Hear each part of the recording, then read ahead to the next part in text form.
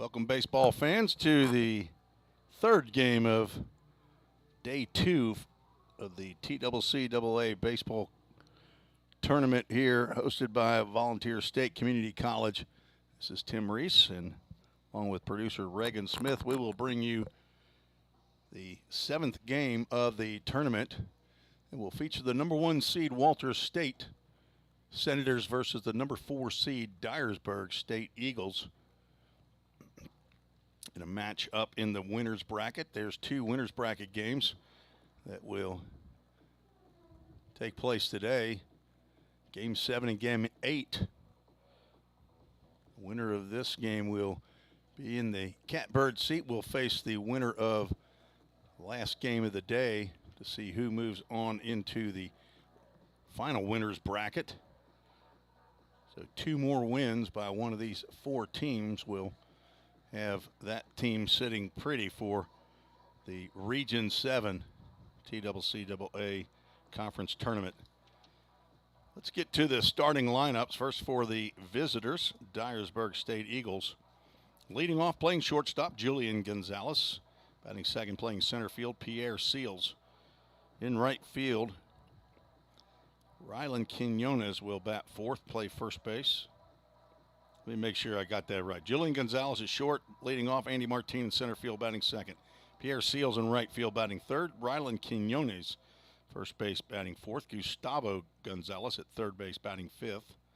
Mason Krasnarich, the DH, batting sixth. Left fielder Chris Alvarez will hit seventh. Case Pettis at second base, batting eighth. And catching, batting ninth, Parker Patterson. On the mound for the Eagles, Dylan King, 6'4" sophomore, transfer from Charleston Southern. I have no idea where he's from, as the Dyersburg Eagles roster does not give hometowns, unless, of course, they played in high school right before they came to Dyersburg. So if you're listening in on the YouTube network, which is the only way you could be listening today, send us a chat and let us know. As Sandra Gonzalez has said, let's go Eagles. Sandra, let us know which Gonzalez you're rooting for. Most, I'm sure you're rooting for both. And let us know where either Julian or Gustavo is actually from. I think the people would like to know where these young men are actually, where they grew up. And now the starting lineup for the Walter State Senators. Caleb Marmo in center field leading off. Cooper Torres batting second and playing second base. The DH, Cole McCallum, batting third. Corbin Shaw at first base. Hitting cleanup, the number 5 hitter, Daniel Ortiz, playing third base. Cruz Newman in right field, batting sixth. Jarrett Martin behind the plate, batting seventh. Keaton Ray in left field. He'll hit eighth. Curtis Reed, he's at shortstop, batting ninth, and on the mound for the number 1 team in Division I junior college baseball, Braden Matthews, a right-hander from Bartlett, Tennessee, redshirt sophomore, 6'1", 180 pounds. Braden Matthews, 15th appearance of the year. It'll be his 10th start, a 3.24 ERA, 50 innings of work. He has given up 48 hits, 20 runs, 18 are earned, 17 walks, 59 strikeouts. Braden Matthews is a second-team starting pitcher. He and teammate Landon Crumley are on and relief pitcher Carson Bonaparte are on that second-team all-conference. The entire infield for Walter State that you see out there right now is the first-team infield.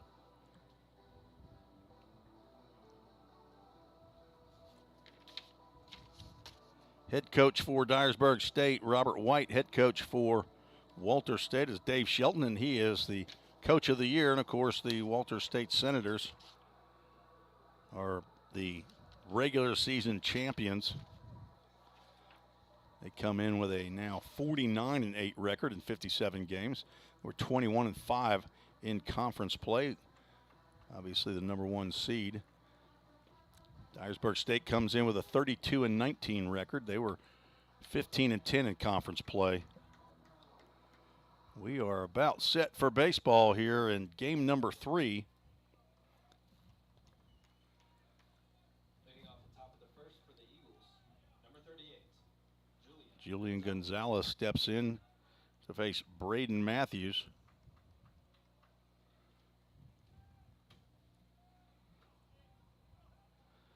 Gonzalez, a transfer from Florida International University, 6-foot-tall sophomore. First pitch he sees is down low. We are underway at 4:20 p.m. Game time temperature, 81 degrees, feels like 82 here in Middle Tennessee. Thanks for joining us on the VolState Sports Network. And there's a strike called by home plate umpire Chris Judkins. Dale Rollins out at first base. Brian Sheets down the third base line. Here in game number 3, that ball's low and inside. Gets to the backstop.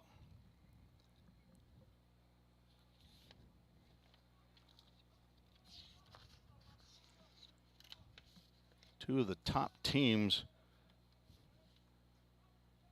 in the conference. Last year, this was the matchup for the final game. Walters State defeated Dyersburg State and went on to the College World Series after defeating the Georgia participant. Walters won that game 7-4 almost a year ago in 2 days. Count goes to 3 balls and a strike. Walters State did not lose a game. We have a Full Count Ministries full count. Starting off on the first batter of the game. It is a pitch that sails over Gonzalez's head. He's glad he takes a walk instead of a beaning.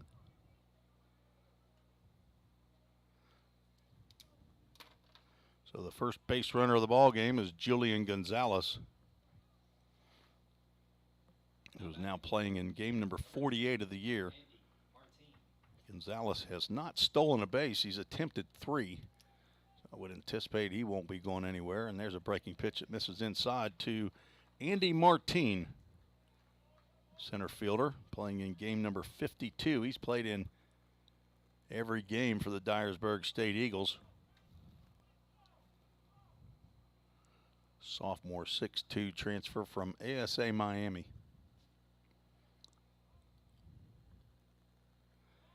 Able to hold up on that breaking pitch. Third in the conference in home runs. He's got 15. Man down there at third base, Daniel Ortiz, is second in the conference. 16 bombs, and Jace Mizell leads the conference. He plays for Volunteer State, who won against Motlow State. There's a breaking pitch. Braden Matthews asking if he needs to get that pitch up, and home plate umpire Chris Judkins must have acknowledged the question. 3-0 count now after walking the first batter. Is in danger of walking batter number 2. There's a breaking pitch on the inside corner. Delayed call from home plate umpire. Let's turn up the field mic. 3-1 count now to the center fielder, Andy Martin. On deck, Pierre Seals.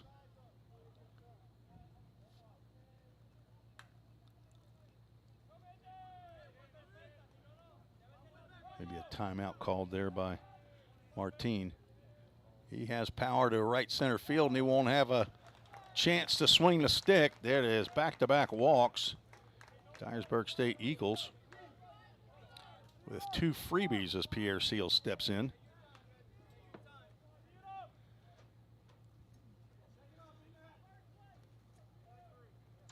Somebody rooting for Parker Patterson.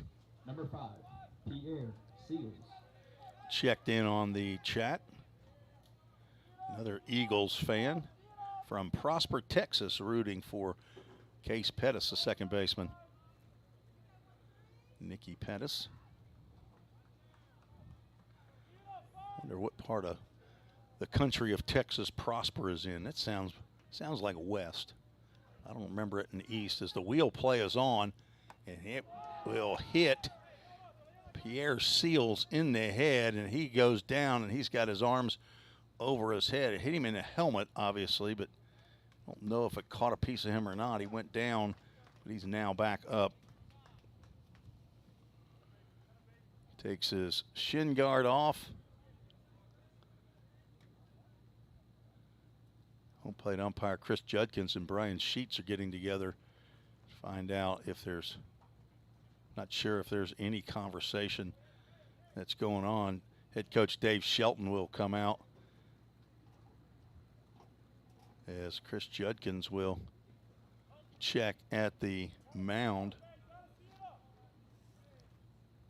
Not sure what all that's about. Have no idea what that conversation between the two umpires was about. I don't think in the first inning that there'd be any headhunting going on, but I wasn't around for the 3-game series at Dyersburg State won in Dyersburg.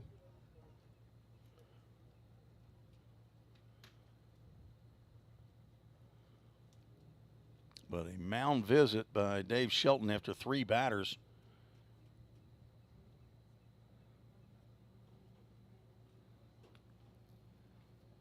Umpire goes out to break that up.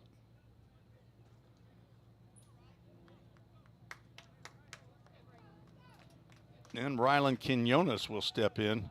2 walks and a hit batter. That pitch wasn't even close from Braden Matthews. The bases are loaded and nobody out. Batting for the Eagles, number 33, Rylan Quinones. First baseman Quinones steps in. 6'3" sophomore, transfer from Hill College. I believe that's in Texas. Swing and a miss on a breaking pitch. Matthews been delivering that breaking pitch on a regular basis. These two teams got together in the second to last series, conference series of the year. Fastball tapped foul off the dugout over by Walter State. Dyersburg won game 1 of that series 3-2, won game 2 8-4, lost 4-3 in the 3rd game.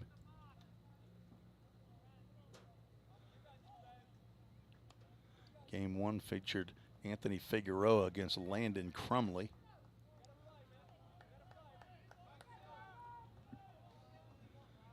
Game 2, Dylan King was on the mound for Dyersburg State. Blake Cooper got the start, and Rylan Quinones swings and misses at a ball inside. There's the first out of the inning. Braden Matthews has put himself into a jam. He's trying to dig his way out.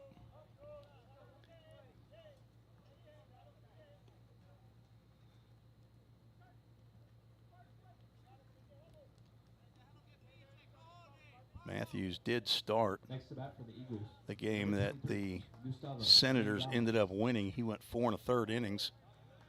About 4 hits, 2 runs. 2 of those 2 runs were earned. Walked 5, struck out 10, and he has now hit another batter. That is a tough way to get an RBI, but Gustavo Gonzalez take that one in the shoulder a lot easier than Pierre Seals, who took one off the helmet.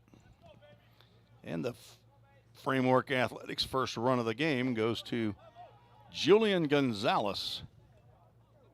Framework Athletics, a baseball and softball Mason Krisnarich.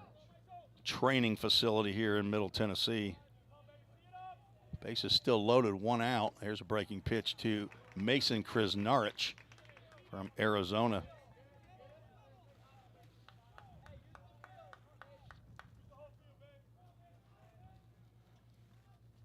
And nice pick right there. I don't know that Jarrett Martin had a chance to get out there and try to block that conventionally, and he had to pick that one clean.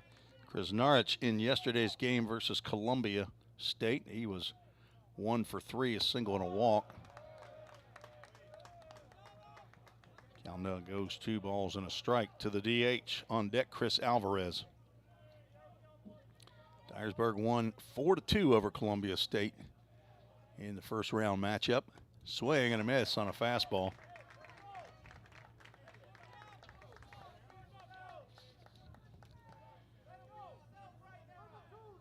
Krisnarich hitting .233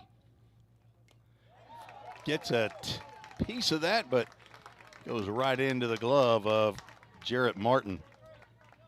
Second strikeout of the inning, second out. Still no hits, but 4 runners have reached base. Now batting for the Eagles, number 4, Chris Alvarez, a left fielder, steps in as the 7th batter to come to the plate. Pitch way outside. Jarrett Martin picks that one as well. Jarrett Martin, a redshirt freshman from Savannah, Tennessee. First team all-conference catcher. Alvarez fouls that one off. Got a good bit of Spanish being spoken out here today. A lot of Hispanic players breaking pitch. Alvarez started to duck out of the way of that one. He thought he was going to be the 3rd hit batter. Matthews doesn't have an inordinate amount of strikeouts, 59 in 50 innings, but had 10 in that series, and he has almost. That is strike 2. A pitch away for Matthews to get out of this jam with only 1 run. 2-2 pitch. There's strike 3 on the outside corner. He catches Alvarez looking, and that inning could have been a lot worse for Walter State.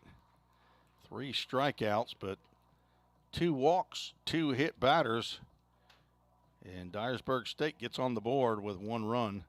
3 runners left on base. We are headed to the bottom of the first inning. Dyersburg State leads 1-0. You're listening to the VolState Sports Network.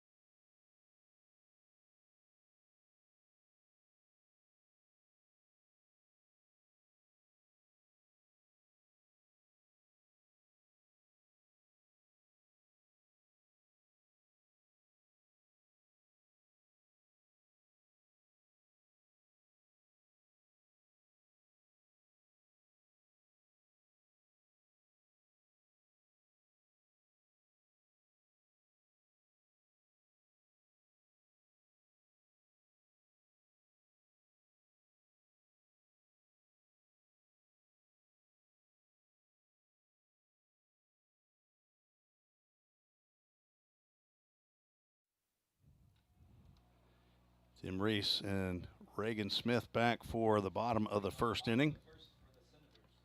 Thanks for the help with the scoreboard. Got a lot going on up here. Sometimes you miss some of the obvious that's going on. Leadoff batter Caleb Marmo, the center fielder, steps in.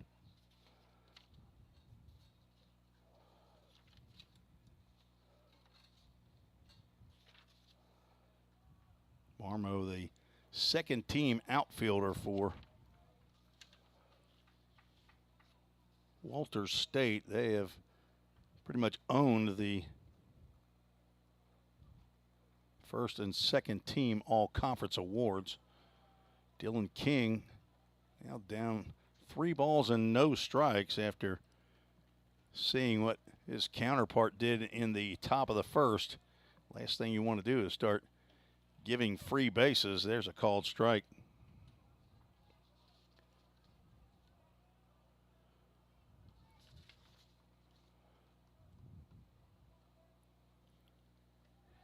And there's a free pass. Caleb Marmo.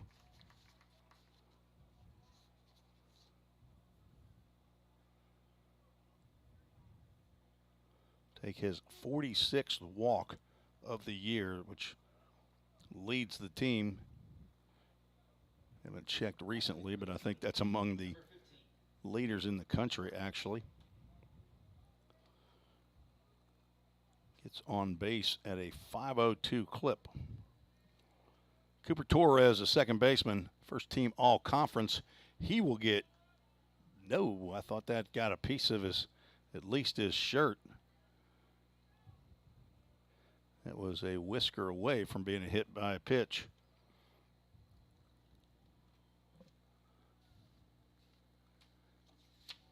Dylan King now down in the count, 2 balls and no strikes to Cooper Torres, sophomore from Woodstock, Georgia, 5'10", 175 pounds, transfer from Butler Community College in Kansas, where he hit 14 home runs in 55 games a year ago.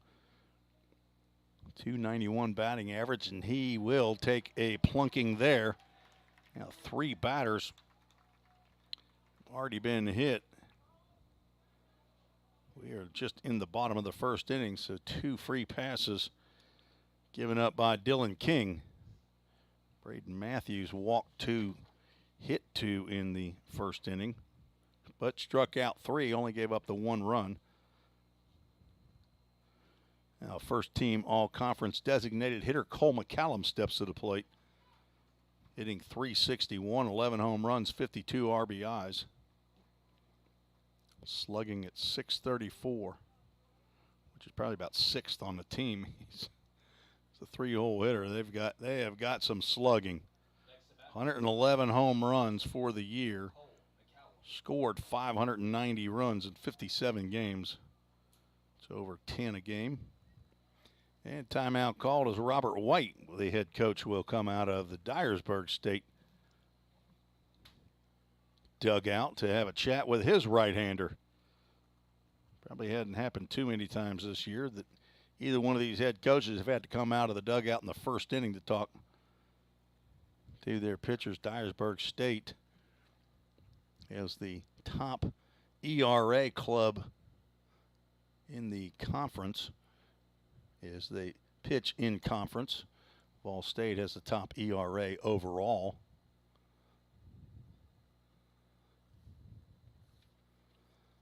Robert White, a no-nonsense coach. He's out there sure telling Dylan King, let's get your act together or we're going to find somebody who will, as a right-hander is getting loose in the bullpen.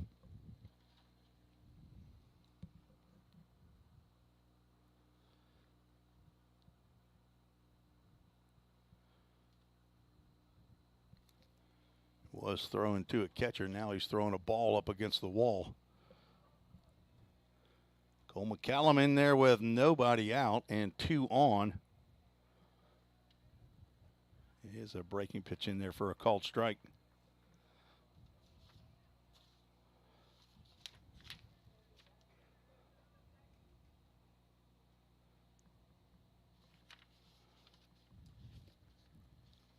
Dylan King looks back at second twice and comes to the plate, catches the inside corner.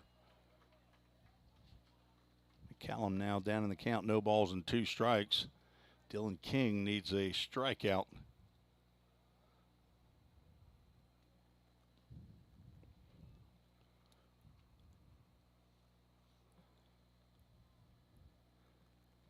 And almost gets it.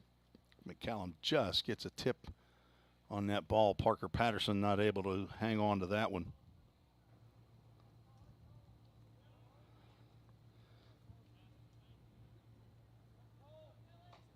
Got a few folks here to watch the #1 team in Division I junior college baseball. The Walter State Senators. Dyersburg State has a stacked lineup too, as a breaking pitch just missed by McCallum as he fouls that one off. Just getting started here in a 9-inning contest. First winner's bracket game here on day 2. Dyersburg State defeated Columbia State 4-2 yesterday. Walter State Mercy ruled Roan State 11-1 in 6, actually 5+ innings.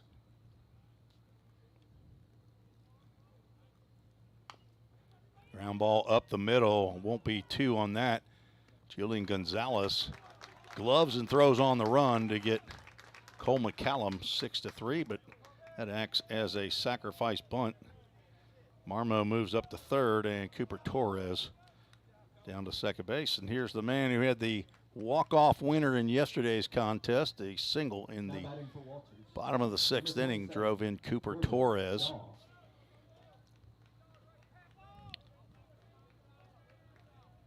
Shaw had him a game yesterday. He was 4 for 4, 3 singles and a home run. That was his 12th big fly of the year. He had 4 RBIs. No, he did not. He had 6 RBIs in that game yesterday.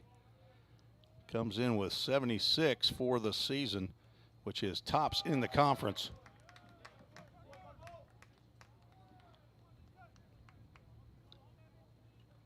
Corbin Shaw, second-year player with Walters State, hitting .387.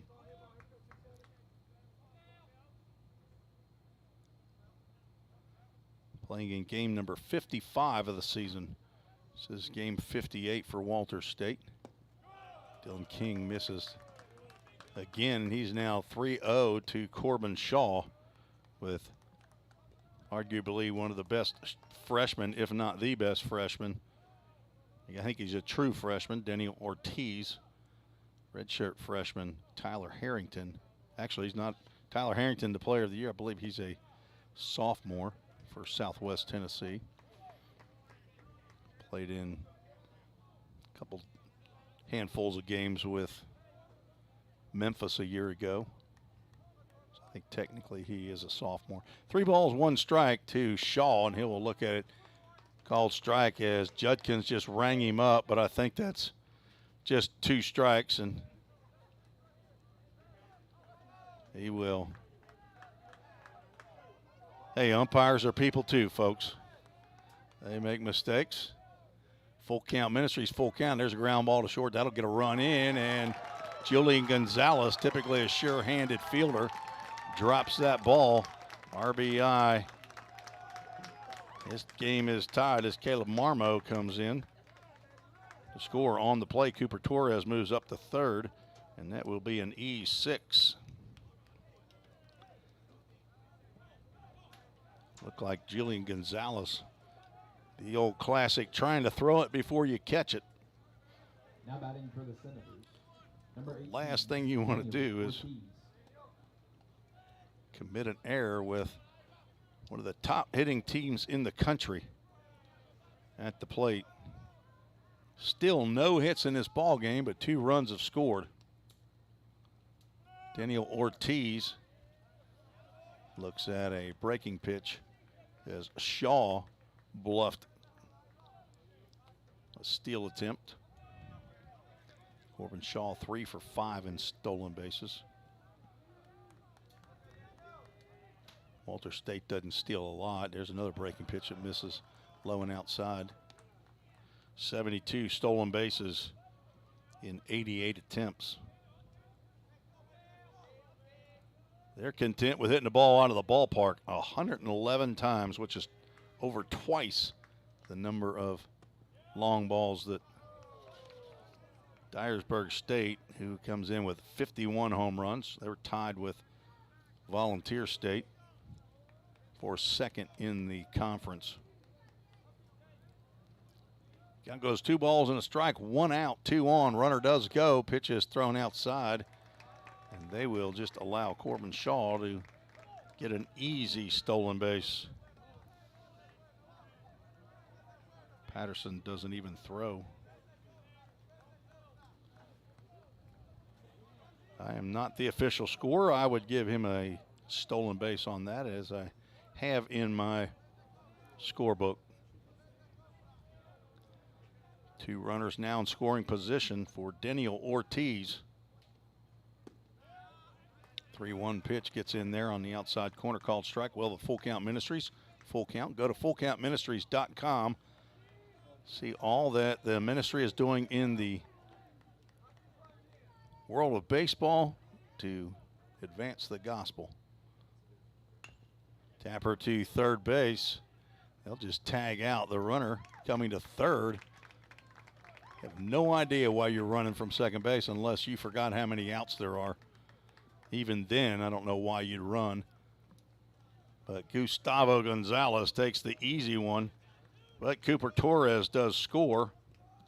So an RBI by Ortiz on the fielder's choice. Corbin Shaw tagged out Number 22, Cruz. for out number 2. That had to have been just a brain cramp there for Corbin Shaw. Left-handed hitting Cruz Newman steps in.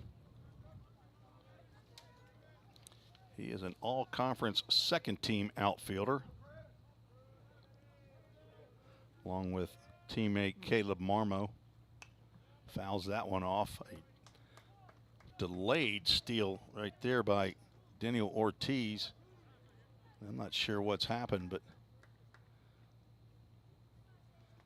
he got a shoe problem or something.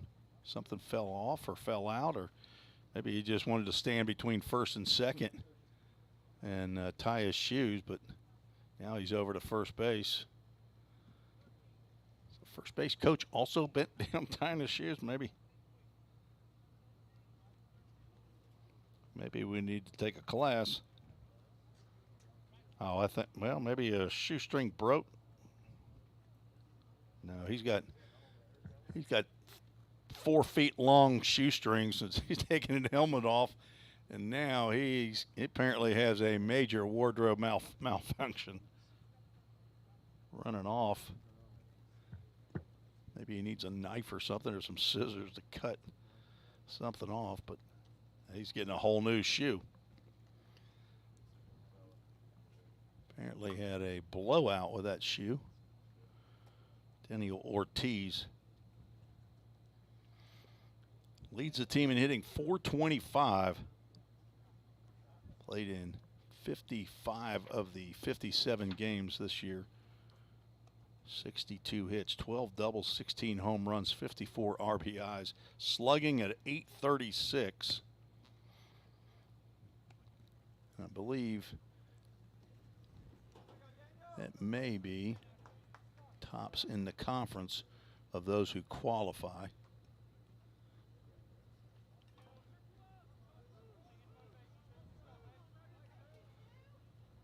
Apparently a problem with the leaderboard website. So I try to go to it online on my iPad, and I got nothing but gibberish here. Got to be a computer programmer to figure that one out. I don't think we'll mess with it.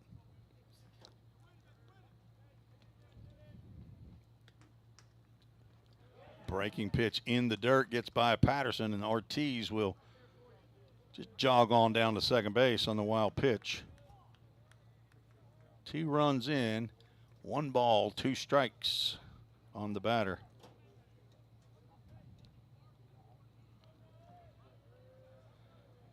Been a crazy first inning here. 3 runs scored, no hits by either team.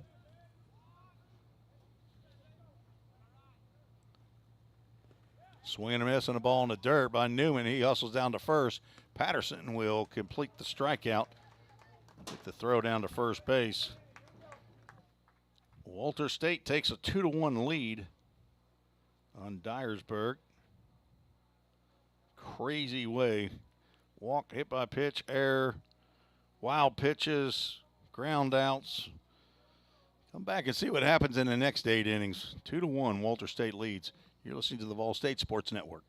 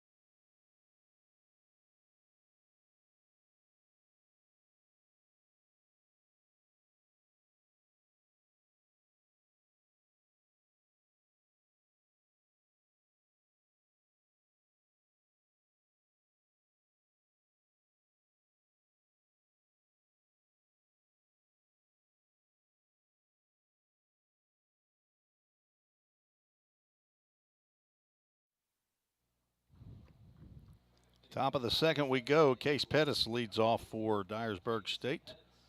Second baseman, 8-9-1 will come to the plate to face Braden Matthews back out there for inning number 2.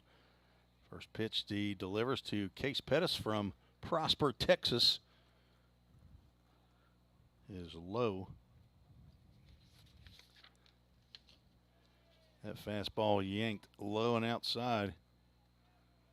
Matthews struggling with the strike zone. Walked the first 2 batters he faced, hit Pierre Seals in the head, and struck out Quinones, hit Gustavo Gonzalez to drive in a run. Case Pettis hits one down the third base line.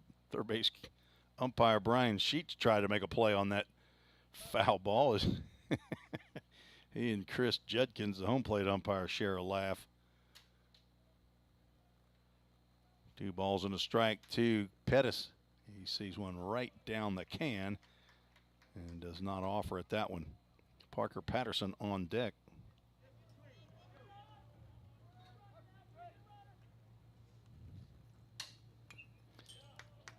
Late swing by Pettis. He just got a piece of that one.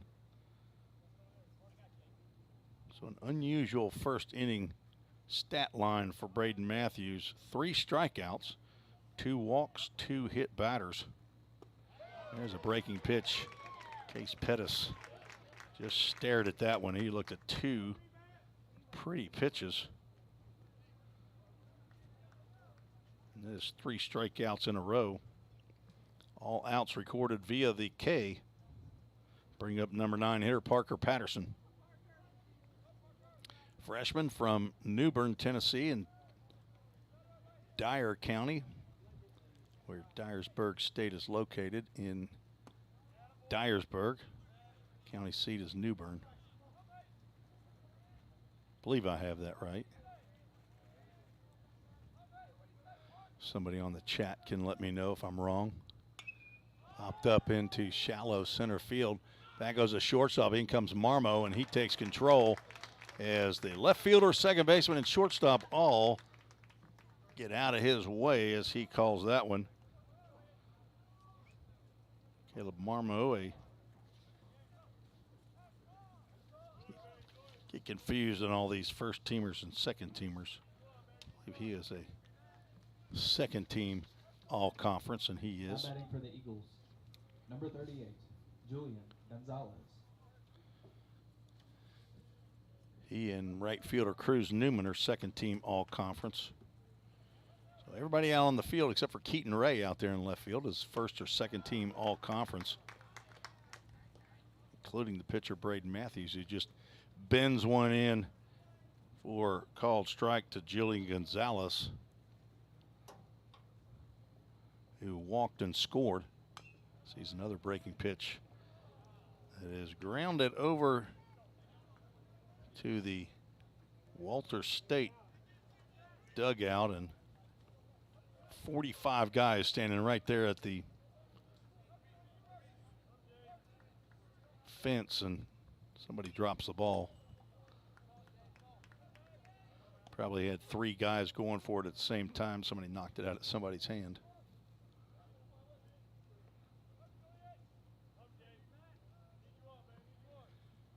Now no balls and 2 strikes. Fastball right down the can, and Julian Gonzalez just watching.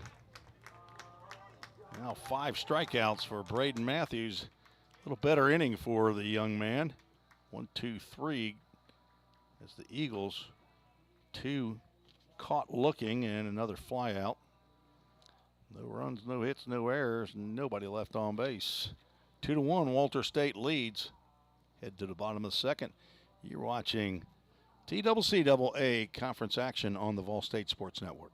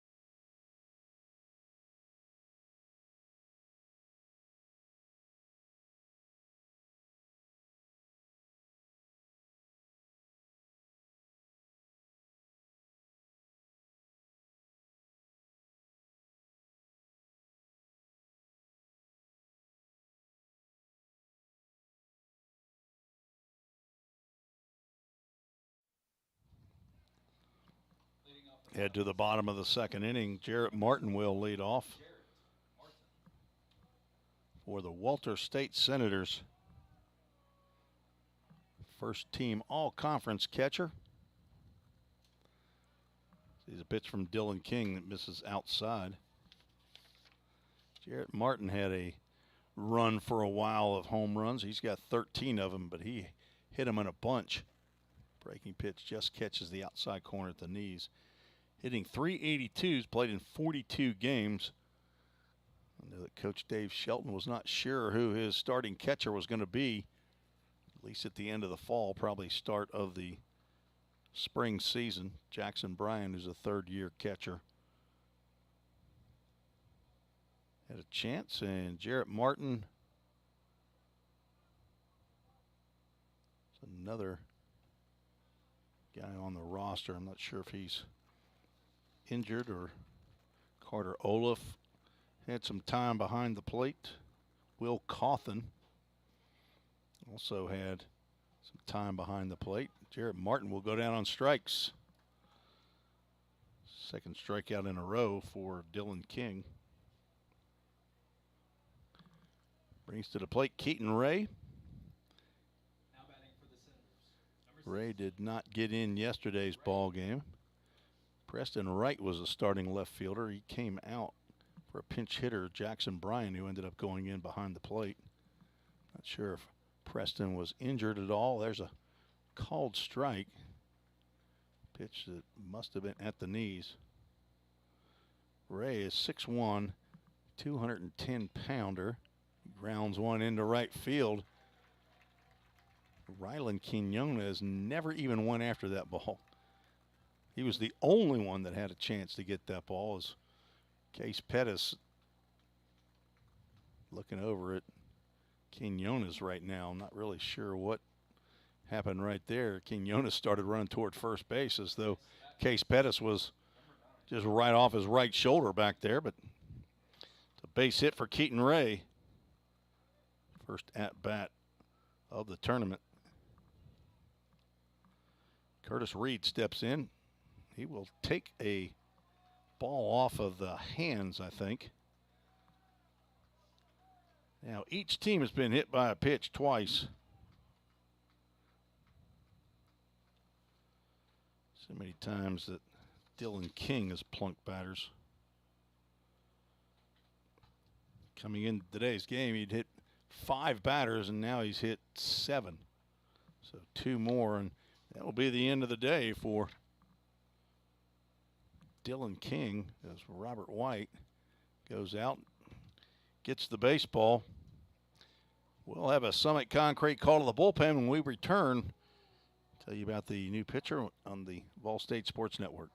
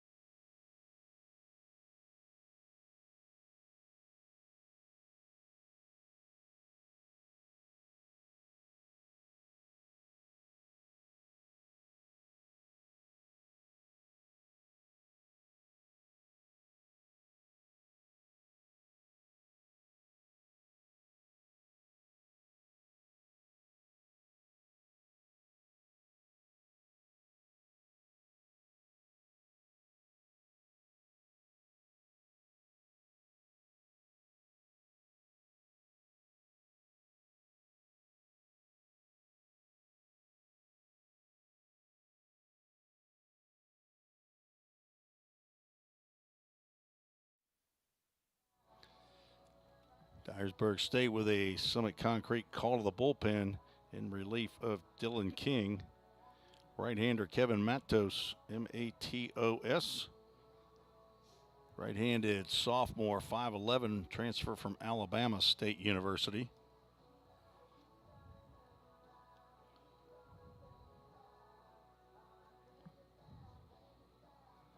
Says Matos, surely it's not his first appearance of the year, but I have no stats for Kevin. There it is. Kevin Matos Benitez on the stat sheet. It's his 5th appearance of the year according to the statistics I printed off. 4th appearance in relief, has an 0-1 record. 10.61 ERA. Only thrown 9+ innings, giving up 11 hits, 11 runs, 11 earned runs, 11 walks, 12 strikeouts. Curious pick for Robert White to come out of the bullpen here in the 2nd inning. Guy who's not been used very much. But number 3 is coming out of the bullpen thanks to Chuck Akers and Summit Concrete out of Murfreesboro, Tennessee, for their support of Volunteer State Athletics, remodeling our bullpens down the right field and left field line. Contact Summit Concrete in Murfreesboro, Tennessee. Chuck Akers, former player for Coach McGuire when Jim was over at MTSU for 26 years. Look back at Chuck Akers' stats, and he had some good stats over there. 2 on, 1 out, and the top of the lineup, Caleb Marmo steps in. He walked and scored in the 1st inning. So Dylan King goes 1 1/3 innings, gives up 1 hit, and that was to Keaton Ray here in this inning. Once Dylan King plunked Curtis Reed, that was all she wrote for head coach Robert White. Don't want to let this one get out of hand early. Kevin Matos Benitez is missed with 2 offerings to the left-handed hitting center fielder from Johnson City, Tennessee, 5'11", 185-pound redshirt sophomore. Caleb Marmo transferred from Wake Forest, was with the Senators a year ago. He was one of the top 2 or 3 players off the bench, not a starter as he squares around the bunt. There's a ball in the dirt. Looks like Matos Benitez throws hard, but right now is struggling to find the strike zone.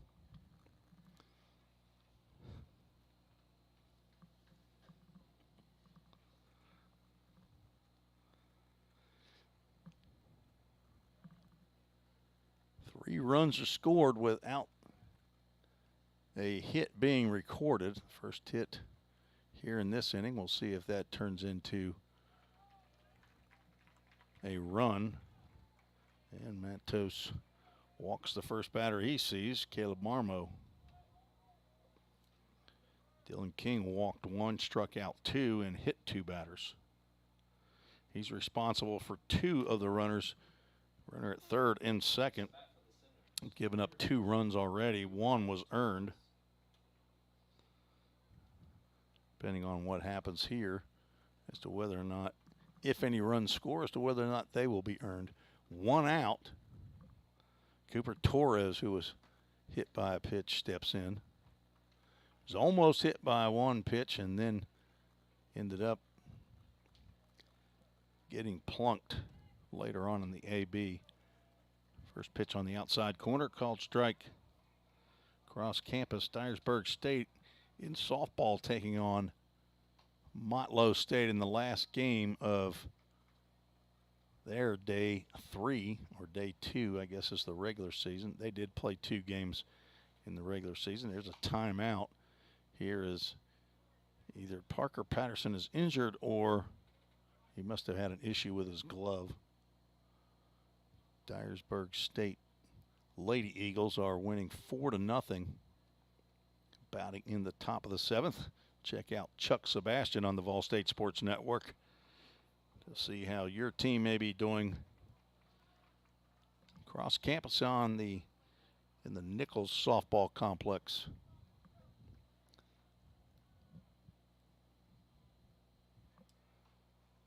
One ball, 2 strikes now to Cooper Torres.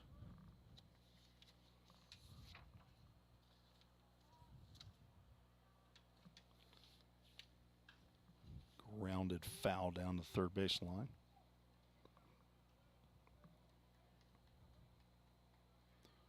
Torres hitting .365, 46 hits, 9 doubles, a triple, and 11 home runs, 32 RBIs.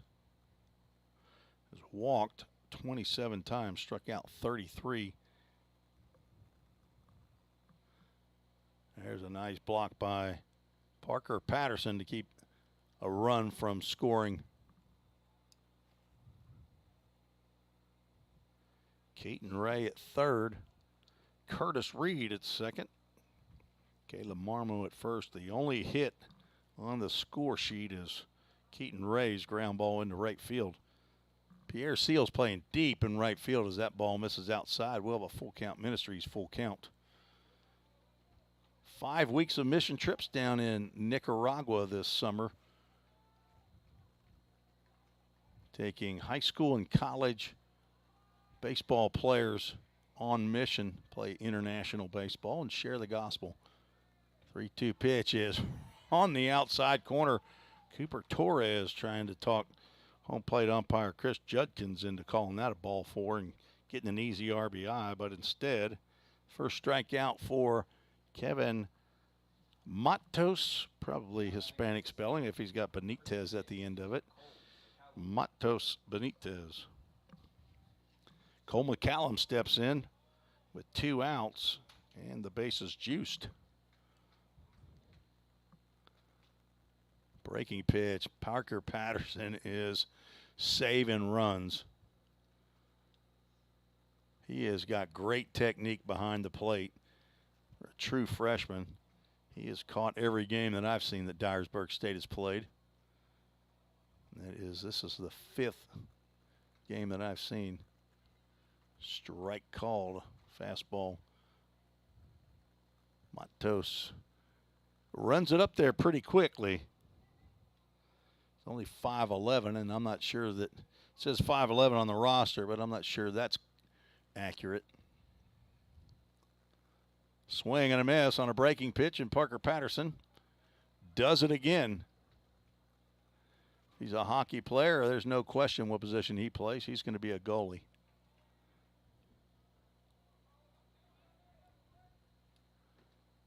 Callum down in the count now. 1 ball and 2 strikes. There is some action down in the Dyersburg State bullpen. Not sure that anybody's throwing. That ball, though, gets in the dirt and gets by Patterson. There's one too many pitches in the dirt. A wild pitch allows Keaton Ray to score, and everybody else moves up 90 feet.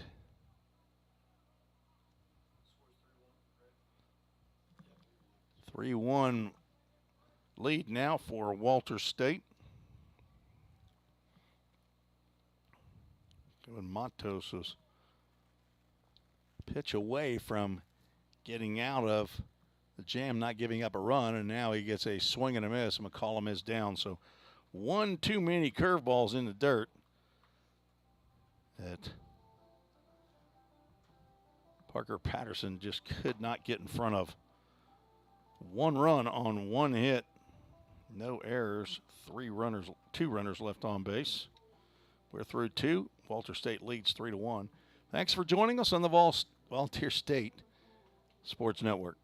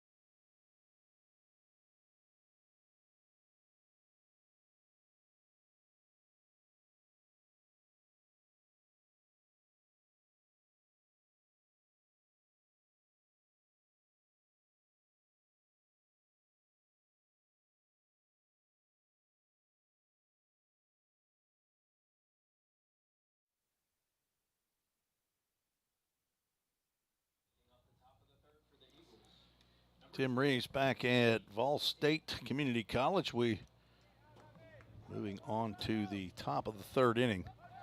The Eagles send Andy Martin, Pierre Seals, and Rylan Quinones to the plate to face Braden Matthews on for his third inning of work.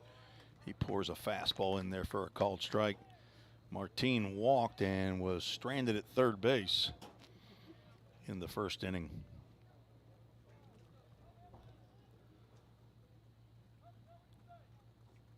Breaking pitch drilled into left field. Keaton Ray will get out on a knee and field that, get it back in the infield. First base hit for Dyersburg State goes to first team all-conference outfielder Andy Martin. It's a hanging breaking pitch. Down low, not hanging up too high, but Now a batting slow for the roller that Number 5, Pierre Martin able to place between short and third. Pierre Seals, who was hit in the helmet with a fastball. Pitch comes in on him and he pops that one up to the left side. Julian Gonzalez, as his hat falls off, makes the catch for out number 1.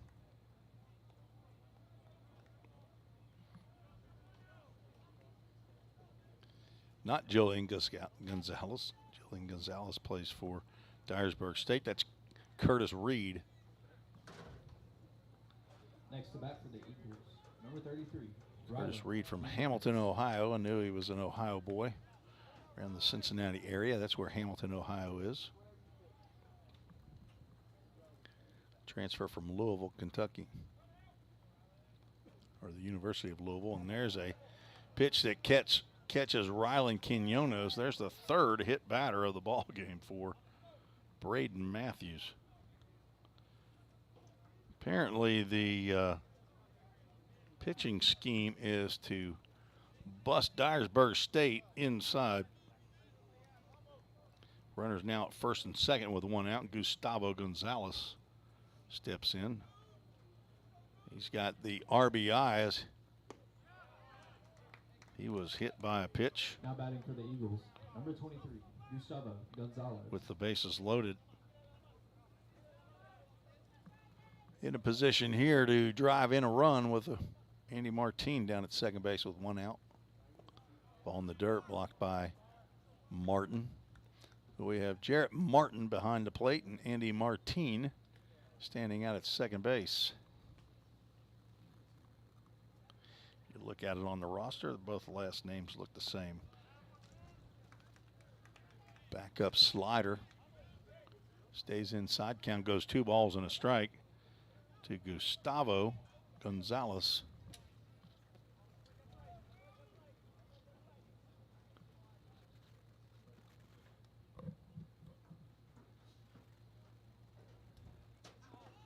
Another pitch in the dirt. Count goes 3 balls and a strike. Mackenzie Bryan checking in again. The older sibling of Jackson Bryan. She checked in yesterday on the YouTube chat. There's a strike called on the outside corner at the knees. Gustavo Gonzalez thought he had a walk, but he'll come back, try to recover as well. A full count Ministries, full count.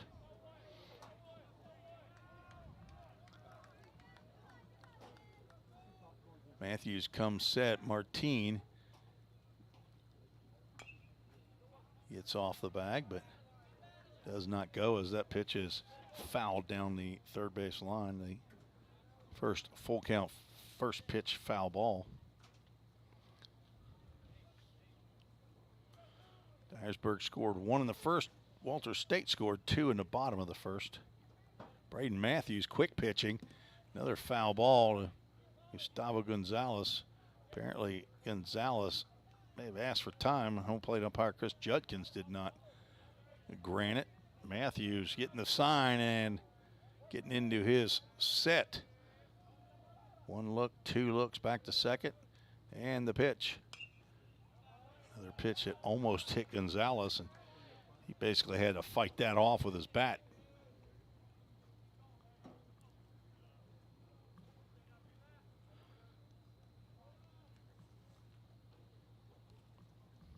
I misspoke earlier. The Dyersburg State softball game is actually game 3 of the day. It's game 9 in the tournament. Dyersburg State has, I think, busted this game open. That is ball 4, and the bases are loaded.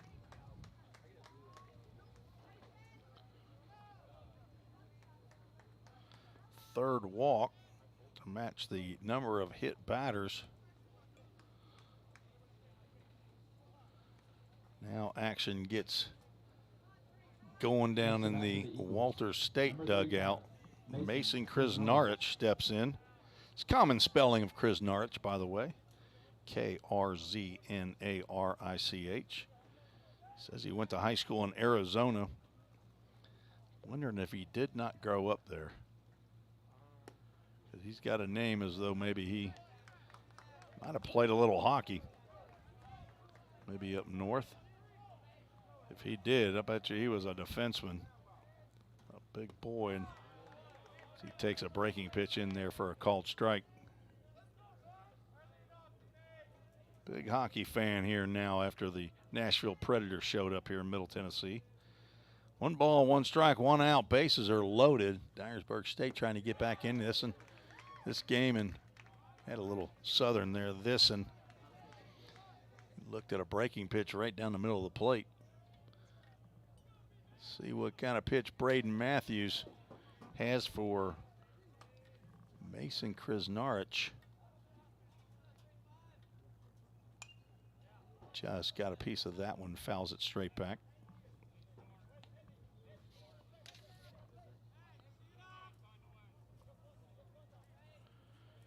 Matthews, in addition to his 10 starts, also has 2 saves on the year.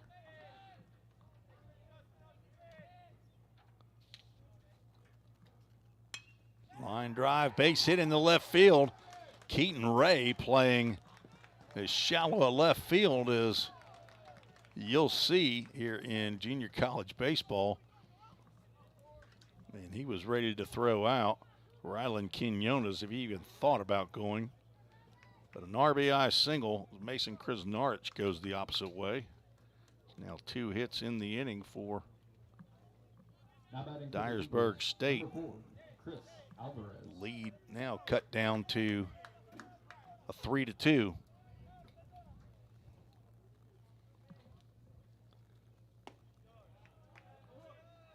Chris Alvarez ducks out of the way of that would-be hit by pitch. Bases are still loaded, and there's still only 1 out. And he steps toward the third base bag on another breaking pitch. That one gets in on the outside corner. Alvarez seen Braden Matthews hit 3 of his teammates, and he doesn't want to be the 4th. Struck out looking to end the first inning. Matthews struck out 3 in a row and tired 5 batters in a row before start of this inning. He's given up a single, pop out, hit batter, a walk, and another single. Dyersburg State down 3-2 now with the bases loaded, still threatening. And a 3-1 count to Alvarez. Now a pitch, fastball right down the can.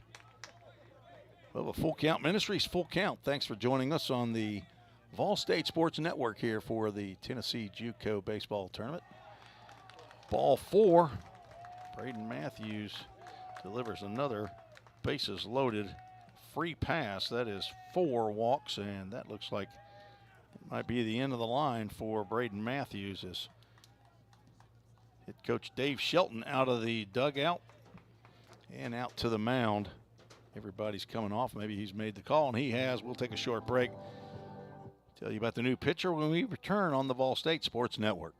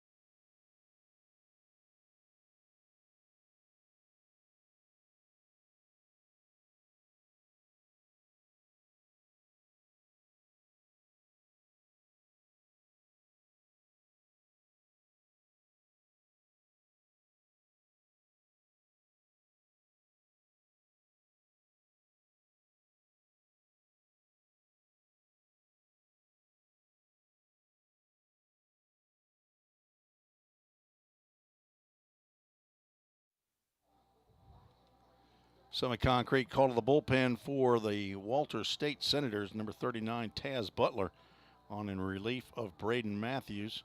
6 foot, 195-pound right-hander, redshirt freshman from Sandy Springs, Georgia. Braden Matthews, 2 1/3 innings, giving up 2 hits, 4 walks, 5 strikeouts, hit 3 batters. So far, giving up 3 runs, but 3 runners on base are his responsibility.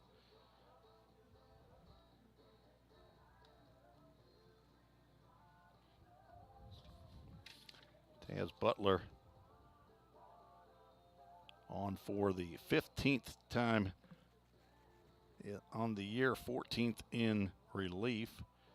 Has a 1-0 record, 3.33 ERA, has 2 saves, 24 1/3 innings, 20 hits, 15 runs, 9 earned, 9 walks, 33 strikeouts, more than 1 an inning. He's given up 3 bombs. Opponents hitting .215 off of Taz Butler. Braden Matthews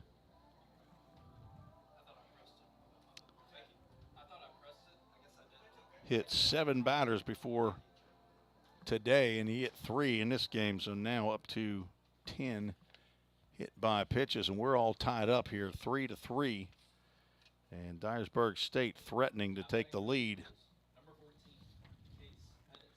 In the top of the 3rd inning, they've already got 2 runs on just 2 hits. For the game, they have 3 runs, all tied up. There's a big breaking pitch, sharp breaker. Case Pettis looks at for a called strike. Pettis struck out looking to lead off the 2nd inning. Braden Matthews struck out 2 batters in that inning, and both of them were looking. Case Pettis slices one off to the right side. That will get out of play into the trees and brush area on the other side of the visiting dugout. Big shout out to VolState players who did some work in preparation for the conference tournament. That pitch gets away from Jarrett Martin, and Gustavo Gonzalez will come in on the wild pitch. Dyersburg State leads 4-3.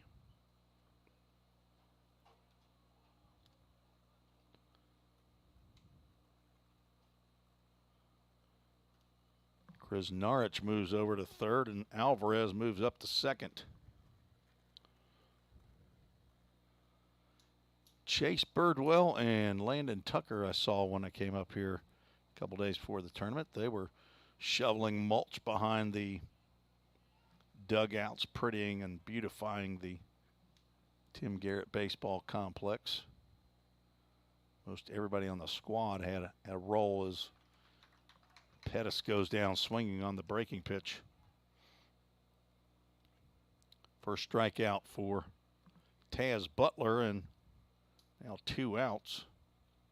Next to bat for the Eagles, number 8. And number 9 hitter Parker Patterson will step in, freshman catcher.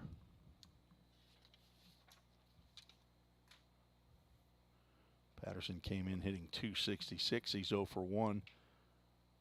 Played in 50 games. This is now game 51 out of 52 games for Dyersburg. Official at-bats, 158, 42 hits, 10 doubles, a triple, and 2 home runs, 24 RBIs. Now looking at a breaking pitch. Breaks right over the heart of the plate. 1 ball, 1 strike. Hit one of those home runs against Volunteer State. Pioneers went up to Dyersburg to play the 3-game series and got swept by the Eagles. Another breaking pitch looked like it was coming right at Patterson. It breaks right across the inside corner. Dyersburg State looks like they defeated Motlow State in game number 9, 6-1. That's a loser's bracket game, so Motlow State will have their season finished Tomahawk pop up to the right side in foul territory, dropped by Corbin Shaw. I'm not the official scorer. The home team, VolState, will be the official scorer, and I believe they do live stats. Guess I can check and see, but be interesting to see if they give an error right there to Corbin Shaw.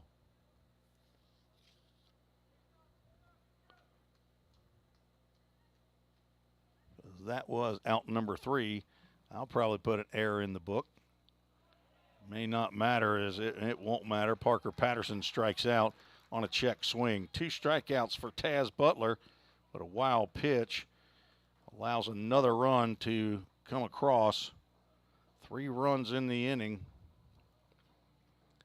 1 hit, and I'm going to say 1 error on Corbin Shaw. 2 runners left on base. 4-1, Dyersburg leads after 2.5. You're watching TCCAA Conference Tournament on the VolState Sports Network.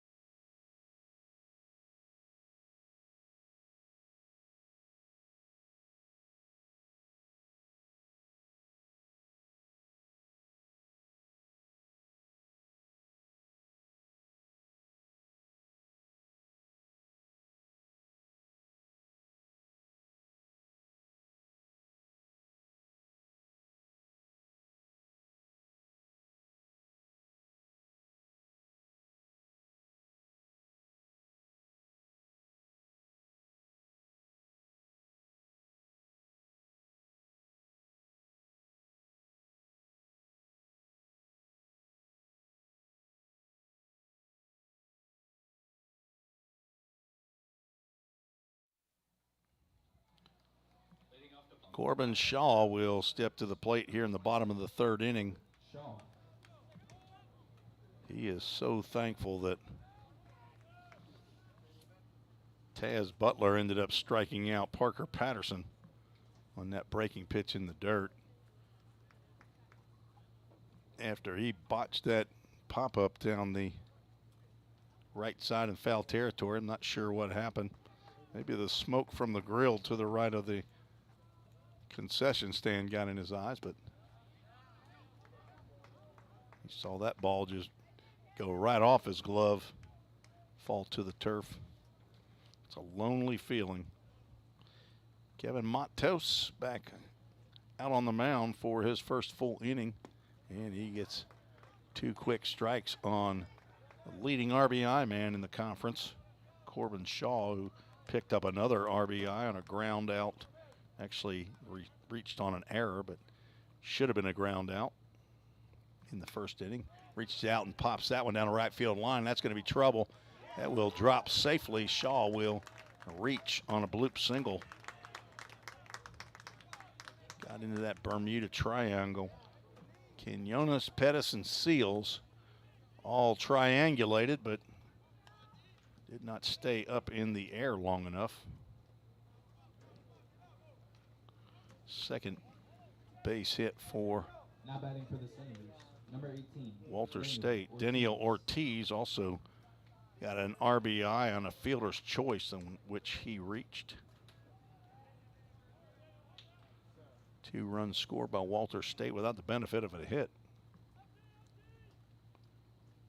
Breaking pitch, nicely placed right there by Matos. Transfer from Alabama State University. Sophomore right-hander on in relief of Dylan King, who struggled as both starting pitchers are already out of the game.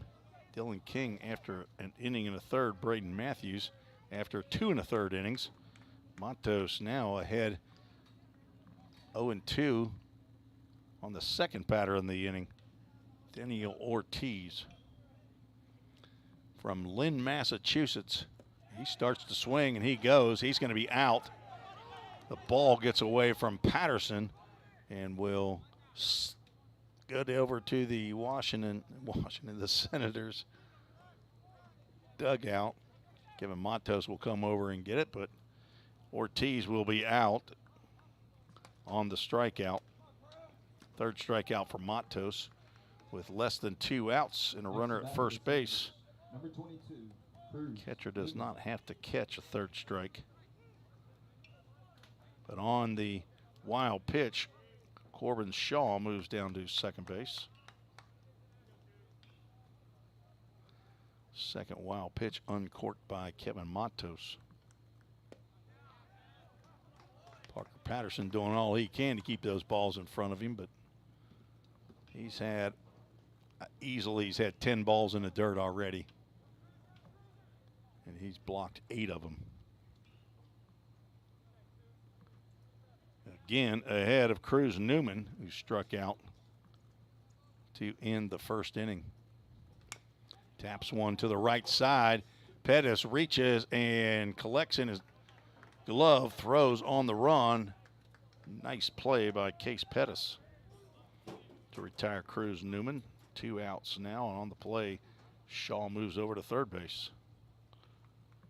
Jarrett Martin will step in. He struck out to lead off the second inning. Go to Dyersburg State, WSCCathletics.com, and they are running a live stats program. You can keep up with their official scoring. I don't really have anything to say about it unless somebody asks my opinion. That pitch misses down low. I think that's the first batter that Matos has not delivered a first pitch strike.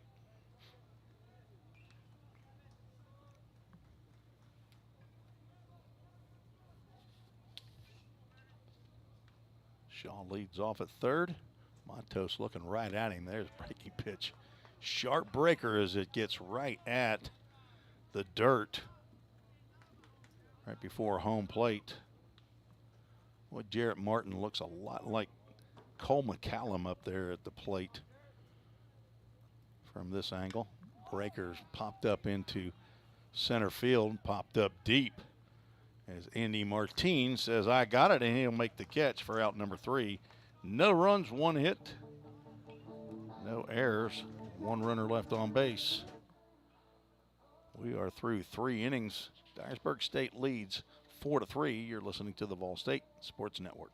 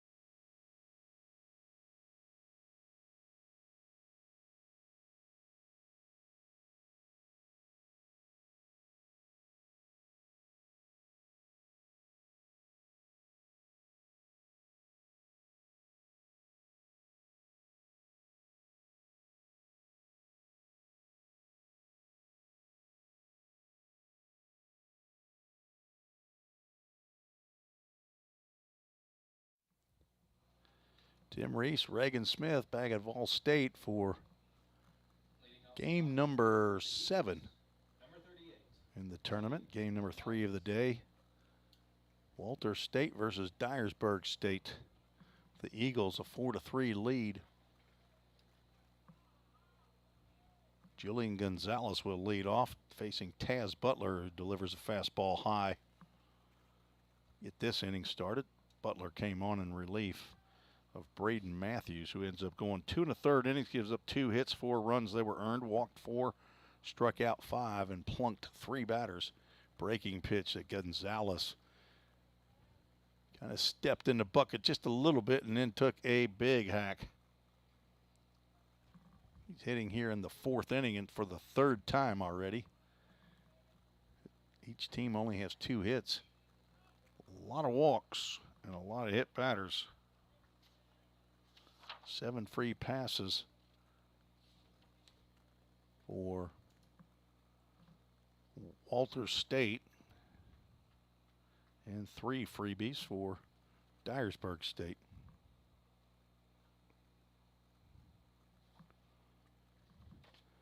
One-two pitch. Gonzalez able to hold up. Martin blocked that one up the first baseline.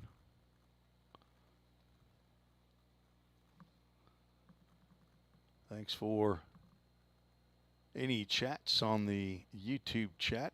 Sandra Gonzalez has checked in. Says attaboy Case, talking about Pettis. Somebody's rooting for Sean P.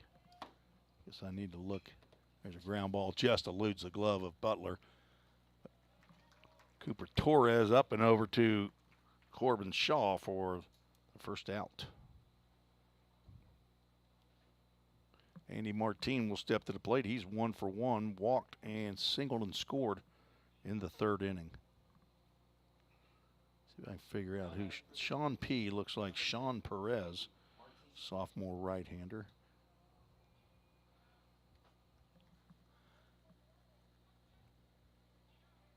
Nice pitch by Butler. So he cuts one across, gets on that outside corner for a called strike.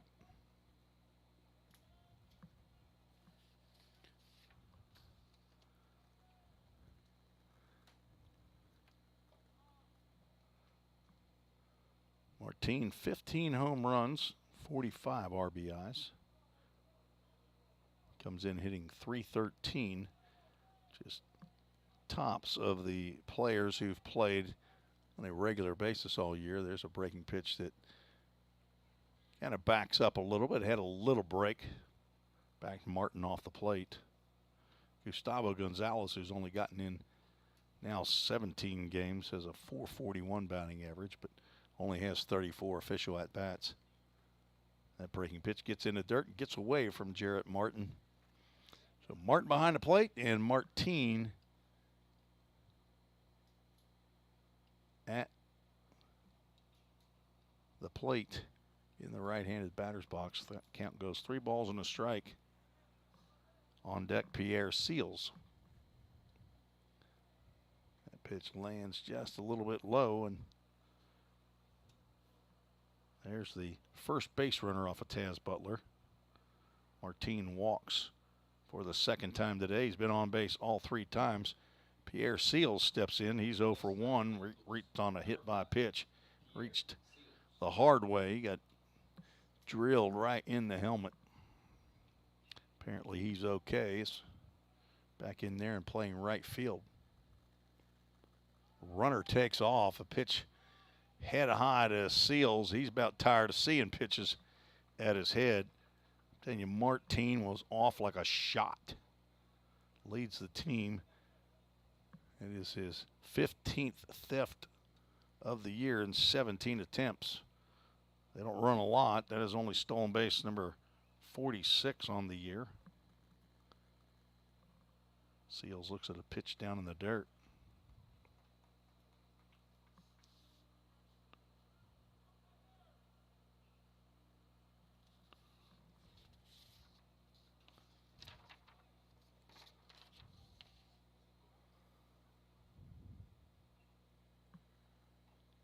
Tapper, check swing that will stay foul.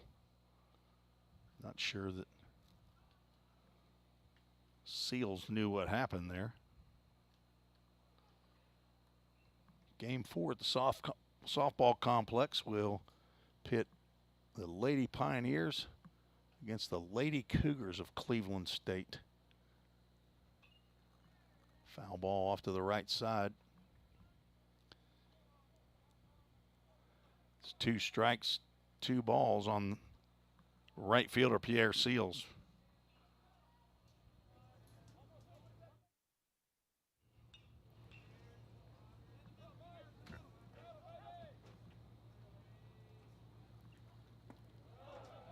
Nice pitch by Butler. That thing just was buried as soon as it got to the plate. Looked like it was going to be a strike for 90% of the trip between the pitcher's mound and the plate. Just totally dove. Well, the full count Ministries, full count with 1 out and a runner at second base. Driven out to right center field. Over goes Marmo, and Newman will make the catch. Tagging is Andy Martine. He moves up to third base on the fly out to right field.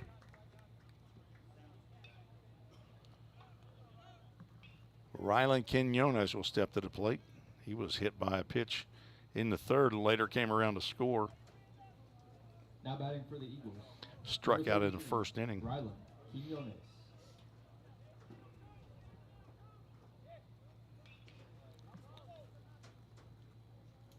4-3 lead for Dyersburg State.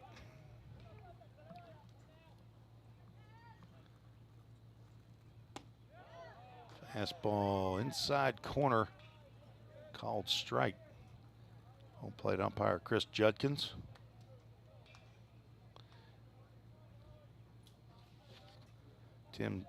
Dale Rollins down at first base. Brian Sheets at third as Quinones swings over the top.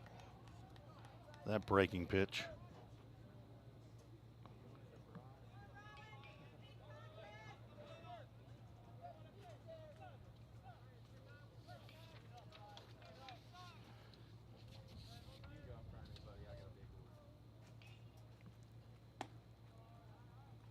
Off-speed pitch stays high. Quinones playing in game number 51, hitting .243, 35 hits. He's got 15 extra base hits, 7 doubles and 8 home runs.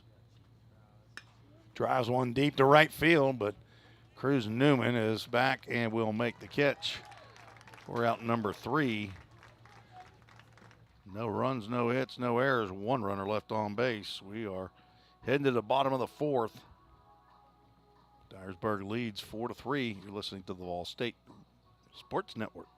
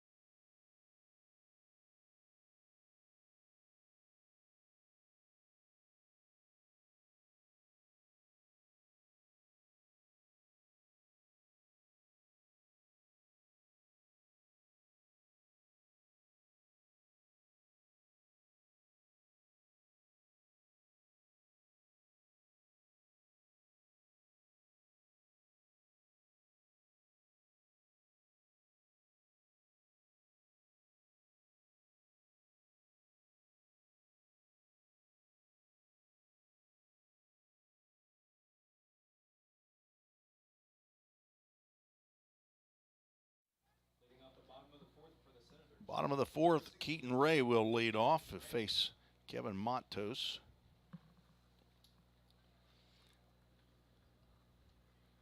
John Ripel, assistant coach for VolState Pioneers, checked in. He's a big hockey fan as well. He's lived all over the country, but he's a Cleveland Guardians fan. I don't know how that happens.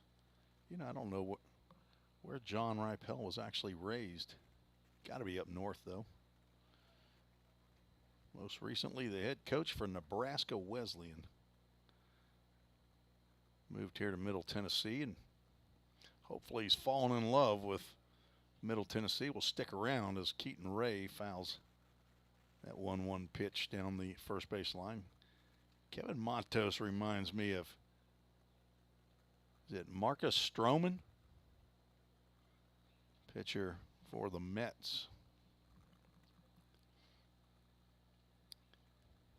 Not a real tall guy. I think Stroman might be 5'10". Matos says 5'11", but I don't believe it. Fastball misses high. Keaton Ray singled and scored in the second inning. From Evansville, Tennessee, spelled Evansville, Evensville, but Madeline Ray, outfielder for the Lady Pioneers, also from Evansville. Transfer from Virginia Tech. Well, a full count Ministries, full count. Swing and a miss. Matos rears back and challenges Keaton Ray. He wins that battle. Fourth strikeout by Matos. Kevin Matos Benitez is what the stat sheet says. Eagles roster just has Matos, M-A-T-O-S. Curtis Reed steps in there for the Senators. He was hit by a pitch. Got all the way around to third base, but was stranded there and nearly got hit by that pitch. He was the second and final bruise by Dylan King, and after he hit Curtis Reed, that's when head coach Robert White came and got Dylan King. I don't know how Curtis Reed got out of the way of that fastball. The count now goes 3 balls and no strikes, and I'll tell you, one of the worst things that happens is to get plunked on a 3-ball count. That went on the inside corner for a called strike. First team all-conference shortstop, Curtis Reed. He will take strike 2, as that pitch was inside that white line that's now no longer there. We'll have a full count. Ministries full count. Swing and a miss as Matos comes all the way back to get Reed. Matos is just rearing back and firing fastballs when he's got 2 strikes now. 7th strikeout of a Senator today. Caleb Marmo, who's walked twice, steps in there from the left side.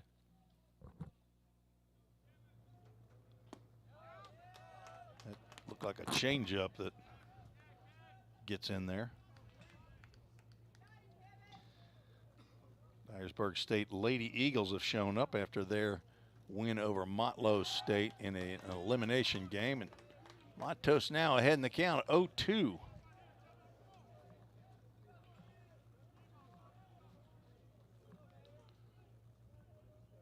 Beautiful Toyota Gallatin scoreboard out there in left center field. New addition here to Pioneer Field. Matos walking off the hill. He'll have to walk right on back up, as Chris Judkins did not agree with his assessment of that pitch. 1 ball, 2 strikes. Cooper Torres in the on-deck circle. Count now goes 2-2.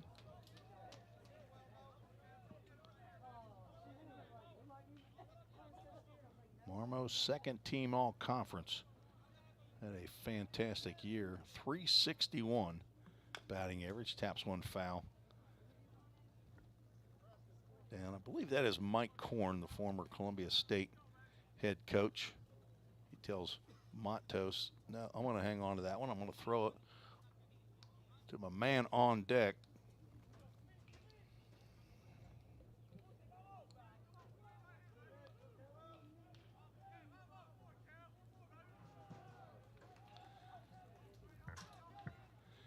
Two-two pitch.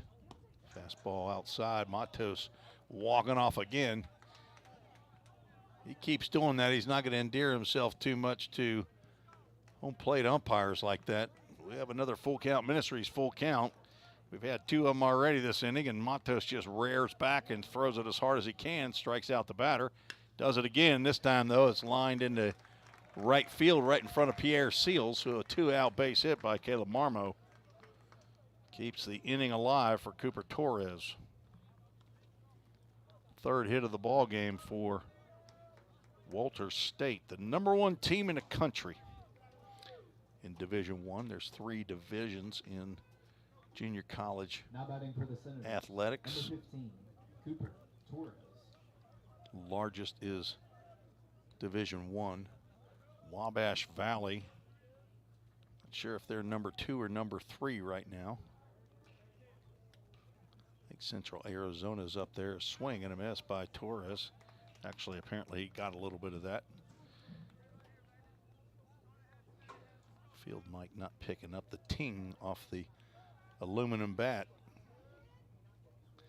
But Chris Judkins, the home plate umpire, has supersonic hearing. Blocked by Patterson. You got to be a different sort if you want to put the equipment on and get behind home plate. Let somebody throw a ball at you between 85 typically and 95 miles an hour with somebody swinging a stick made out of aluminum in front of you. Drive into left center field. Cooper Torres stayed back on that one, and that will get into the gap. They'll go ahead and send the runner. Shortstop's got the throw, and it is high. Marmo will score all the way from first base on the double by Cooper Torres. RBI as Andy Martin looked like he had a little trouble getting to that ball in left center field. This game is tied. 2-out base hits by Caleb Marmo and Cooper Torres. Next to bat for the Senators. Brings to the plate a very dangerous hitter, Cole McCallum.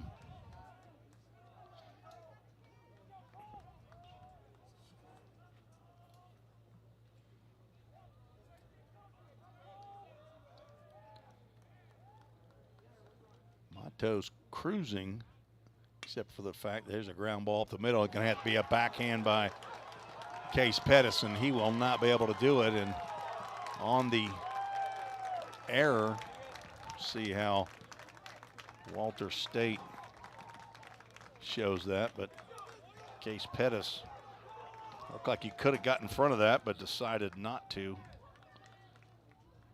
If it's an error, then it will not be a run batted in, but otherwise, or either way, it's still a run for Walter State, and they take the lead 5-4. And it is ruled an error on their live stats, and timeout is called as Robert White will come out of the Dyersburg State bullpen and slow walk to the mound. We might have another Summit Concrete call to the bullpen. The second error on Dyersburg in this ball game. It's a tough pick if you're going to try to go backhand, and if you get in front of it, there's a chance that thing's going to bounce off your chest or your face. So the natural inclination for an infielder is to try to backhand that and make a spectacular catch, but Case Pettis not able to make that play. Bounces off his glove, and Cooper Torres was running on that ground ball off the hop, and as soon as it got away from Torres, he never slowed. Got all the way to the plate on that infield error. Corbin Shaw steps to the plate with 2 out and a runner at first base. 2 runs already in. He swings and misses at a breaking pitch. Matos did get hit hard by Caleb Marmo and Cooper Torres, but should have been out of the inning. So 1 run is earned and 1 so far is unearned. Anything from now on will be unearned if the Senators score again in this inning. Shaw now down in the count, no balls and 2 strikes.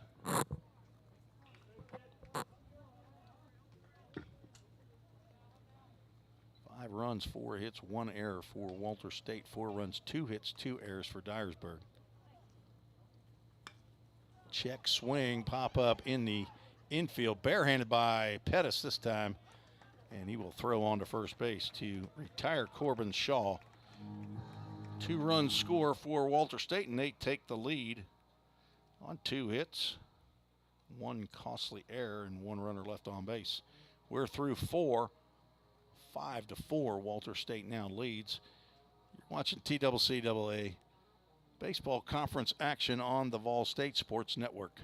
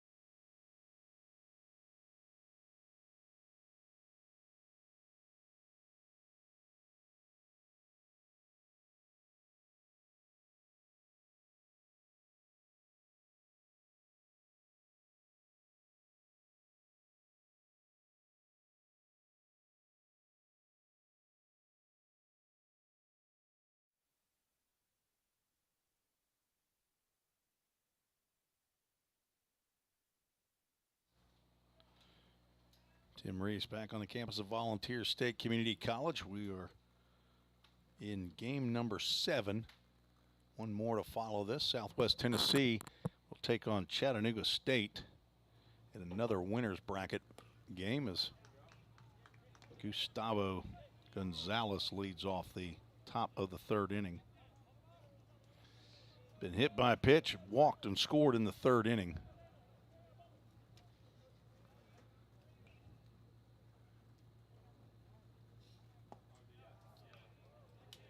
Just missed somewhere with that offering. Taz Butler on in relief of Braden Matthews, on for his 2nd full inning of work. Got 2 outs in the 3rd and pitched to 4 batters in the 4th, walking 1. Andy Martini got all the way around to 3rd base. It could not cross the plate. 1 ball, 2 strikes. Gustavo Gonzalez, the 3rd baseman. The pitch in the dirt. Backhand attempt by Jarrett Martin did not produce the result he was looking for. 2 balls, 2 strikes.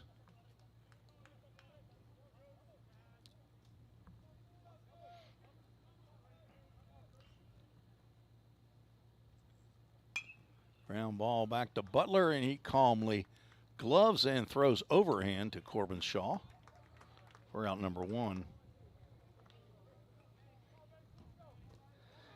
First team all-conference infield. All Walter State infield. Daniel Ortiz at 3rd, Curtis Reed at short, Cooper Torres at 2nd, Corbin Shaw at 1st, and Jarrett Martin behind the plate. And 2 second-team outfielders out there, Caleb Marmo and Cruz Newman, center and right.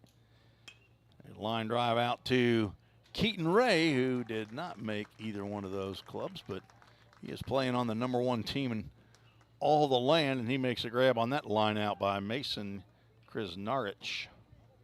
Now 1 for 3. Chris Alvarez steps in there, the left fielder. He's 0 for 1 with a walk and an RBI.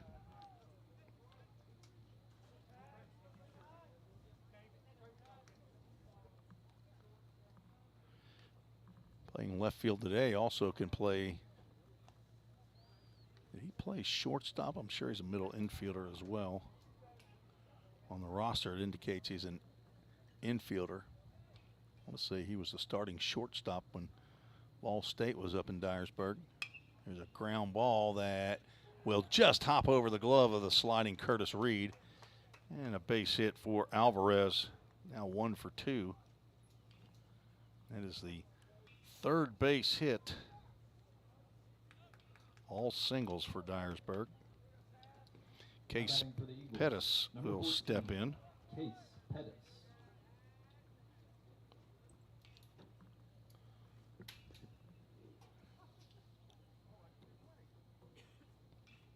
Alvarez actually played second base in yesterday's game against Columbia State.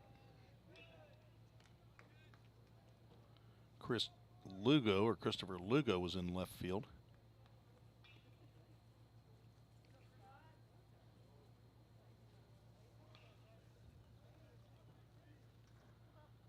Throw over to first base.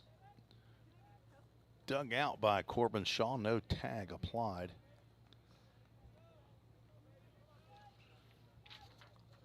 According to the stats on the NJCAA website, Jarrett Martin has only thrown out 4 out of 25 would-be base stealers.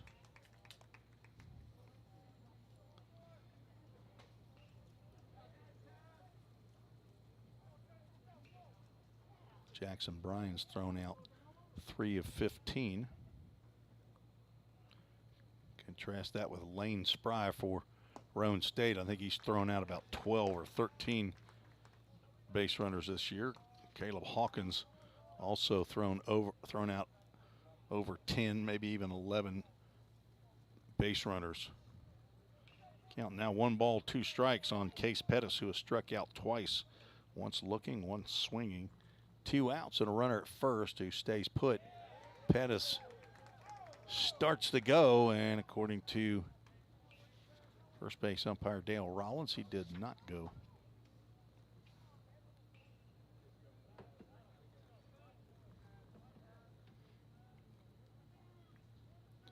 Two-two pitch. This is outside.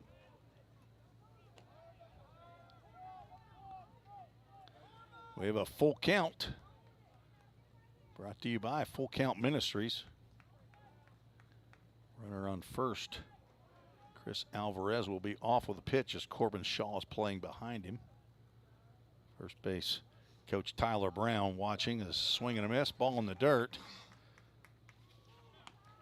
Jarrett Martin throws down to first base to record the out. No runs, 1 hit, no errors. 1 runner left on base. Heading to the bottom of the 5th. Walter State leads 5-4. Thanks for joining us on the VolState Sports Network.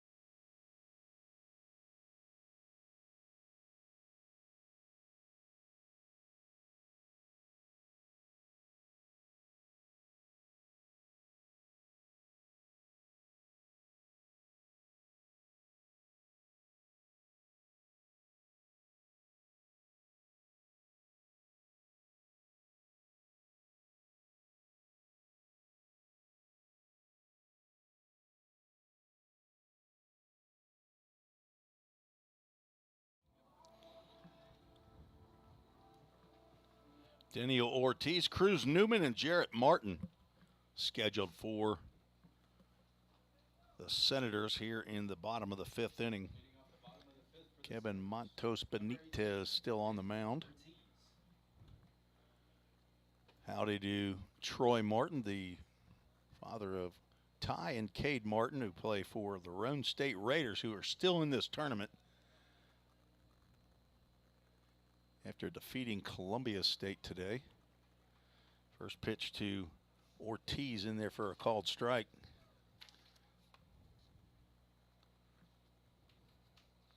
Appreciate the kind comments, Troy.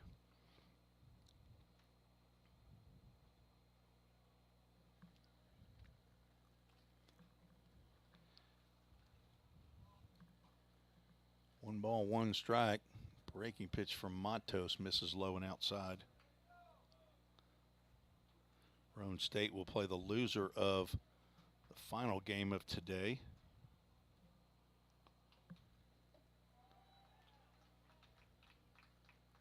Matos thought he was going to get a call there. Instead, 3 balls and a strike.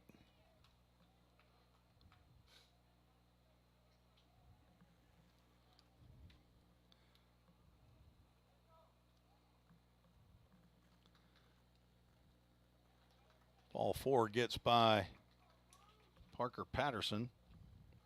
Daniel Ortiz is busy taking off all of his body armor. So he will just stroll down to first base. Loser of this game will take on VolState tomorrow morning at 10 a.m. Roan State takes on the loser of Southwest Tennessee and Chattanooga State tomorrow at 1 p.m. 4 more games tomorrow in the TCCAA baseball tournament. Square around a bunt and takes a strike is Cruz Newman.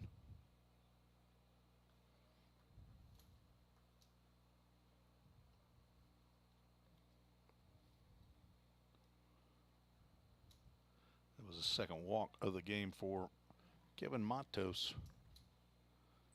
Newman 0 for 2, strikeout and a ground out. Swings and misses at that. Fastball that eludes the end of his bat.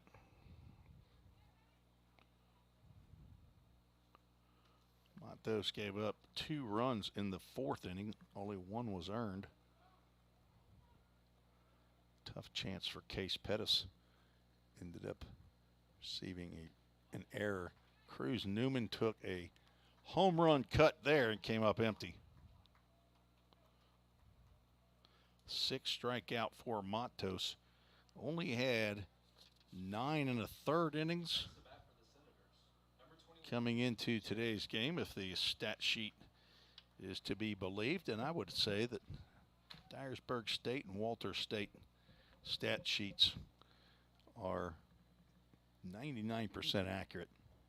There's another block by Parker Patterson. Somebody needs to go back and see how many times Parker Patterson kept a runner from advancing 90 feet.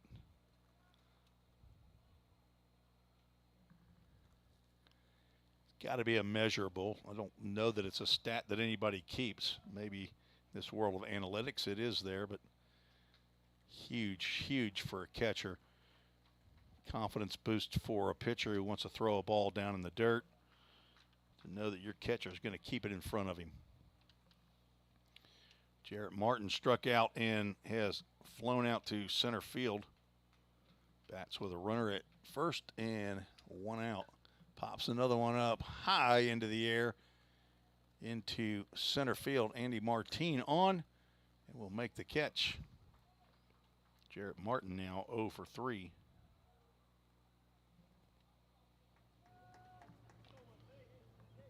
Left-handed hitting Keaton Ray steps in. He's 1 for 2. Now batting for the Senators, number 16, Keaton Ray.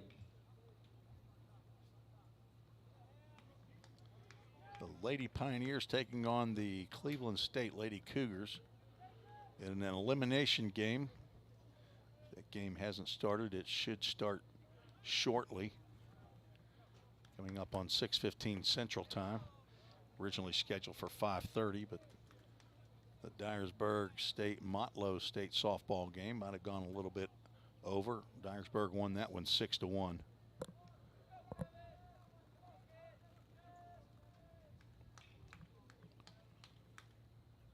Breaking pitch catches the outside corner.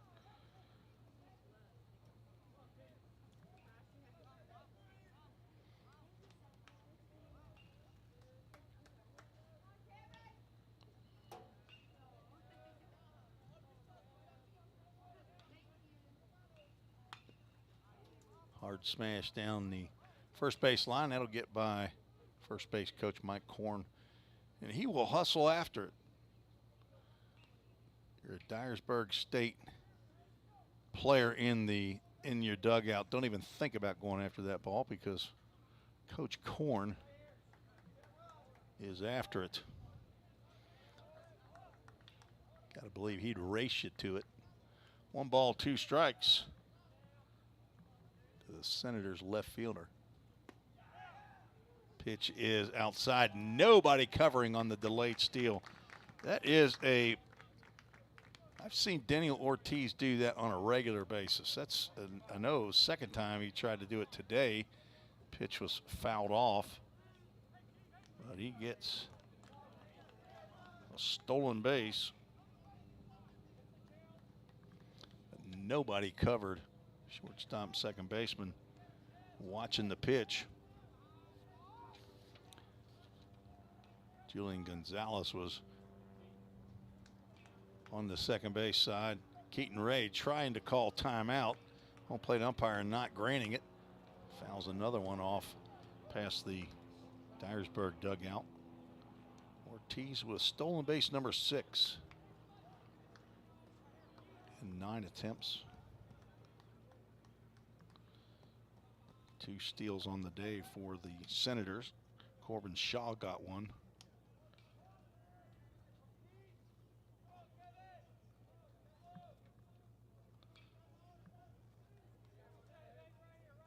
Gonzalez walks in front of Ortiz there. That ball, actually, I don't think it was in the dirt.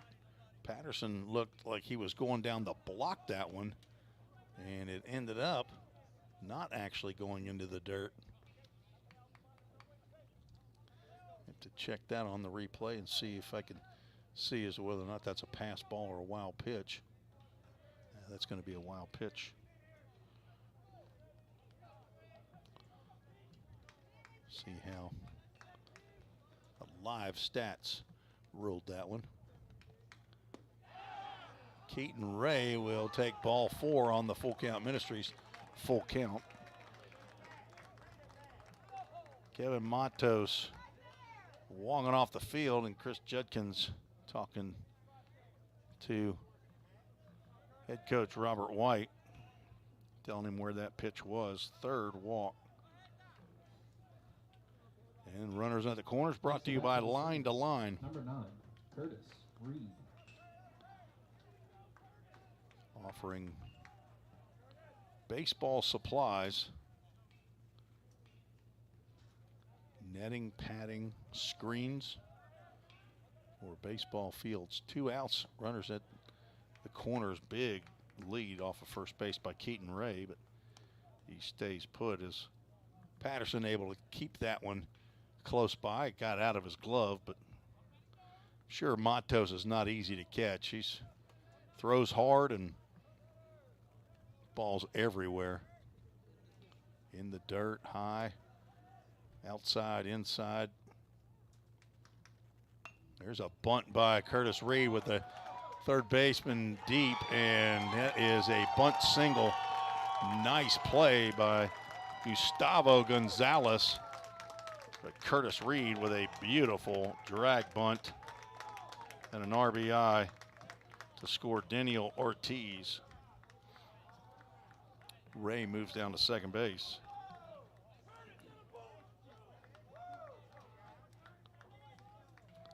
Caleb Marmo will Now batting for the Senators, number 7, Caleb step into the Marmo. box. Chris Judkins, the home plate umpire, is writing something down. I'm not really sure what it is, but not sure if he warned somebody in the Dyersburg State dugout or not.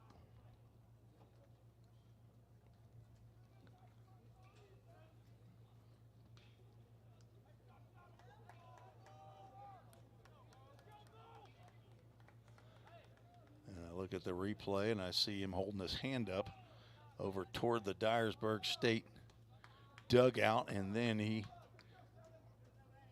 reaches into his back pocket and pulls his pad out, I guess, or writes something down. Maybe he gave head coach Robert White a warning.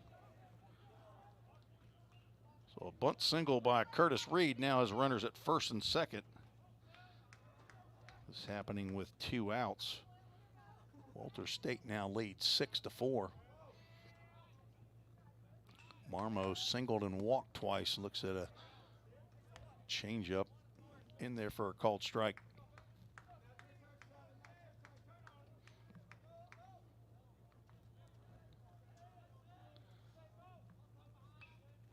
Walter State batting in the bottom of the 5th inning. Top of the lineup, Caleb Marmo fouls that one off to the left side. That will get into the parking lot.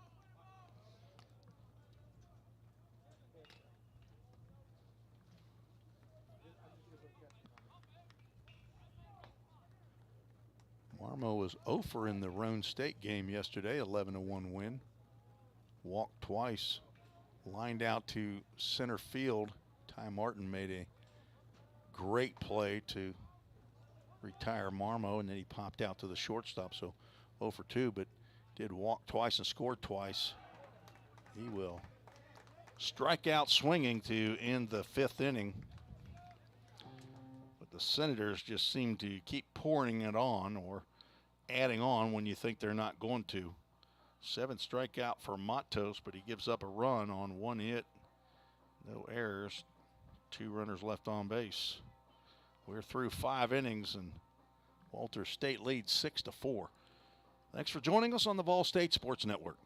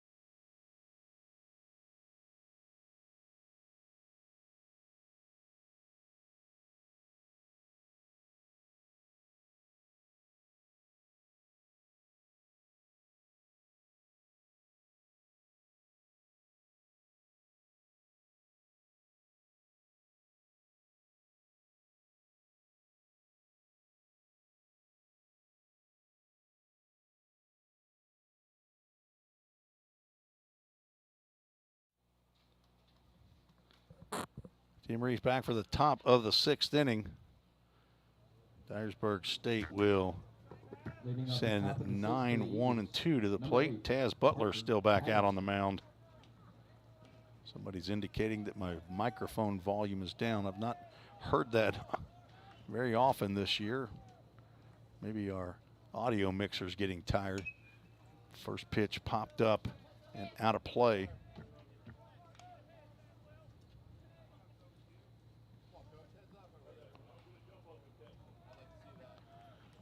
Six runs, 5 hits, 1 error for Walter State. Dyersburg State, 4 runs, 3 hits, 2 errors.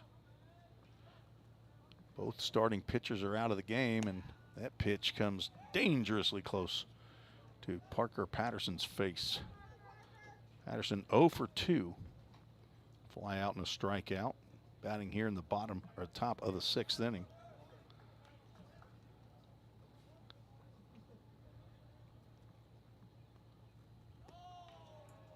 Breaking pitch misses low and outside.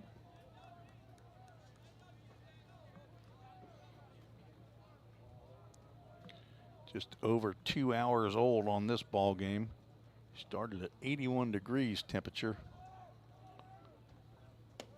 Another fastball sails high.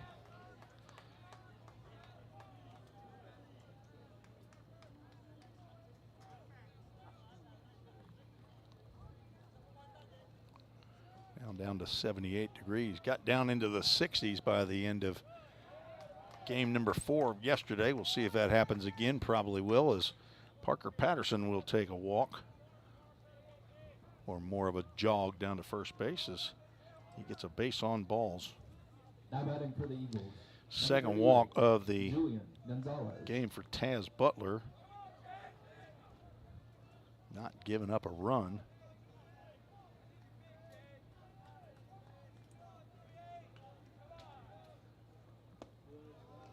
The only hit of the game of Taz Butler is to Chris Alvarez. Julian Gonzalez, the leadoff batter, steps in. He's over 2 with a walk. Scored the first run of the game.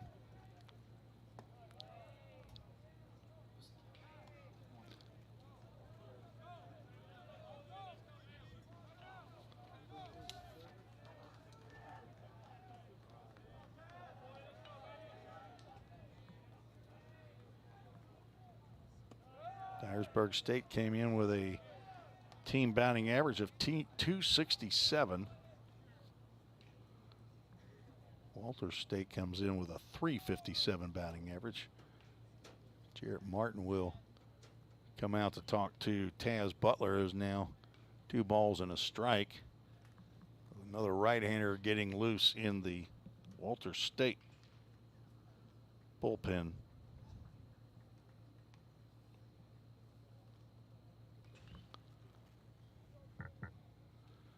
Looks like second team.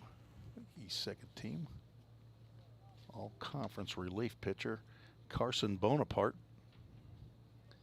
getting loose, number 38. Chris Judkins will come out and try to break up the meeting. Corbin Shaw, who was part of the triumvirate, did head back to first base, but Jarrett Martin stayed out to linger a bit to chat with Taz Butler.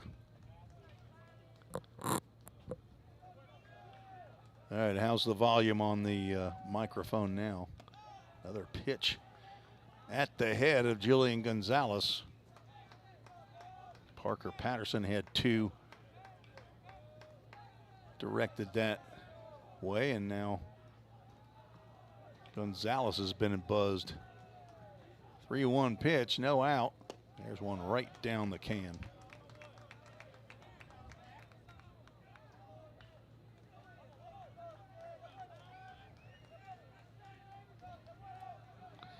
Full Count Ministries, full count. See if the runner takes off. He does not. Pitch is popped up on the right side. It's trouble if it's fair.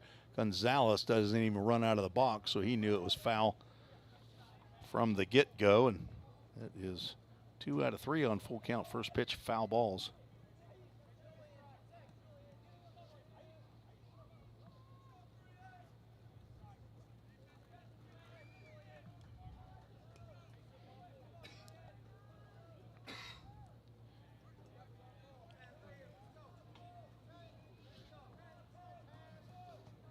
We'll do it all again. A 3-2 pitch coming to Julian Gonzalez with nobody out. Parker Patterson on first base.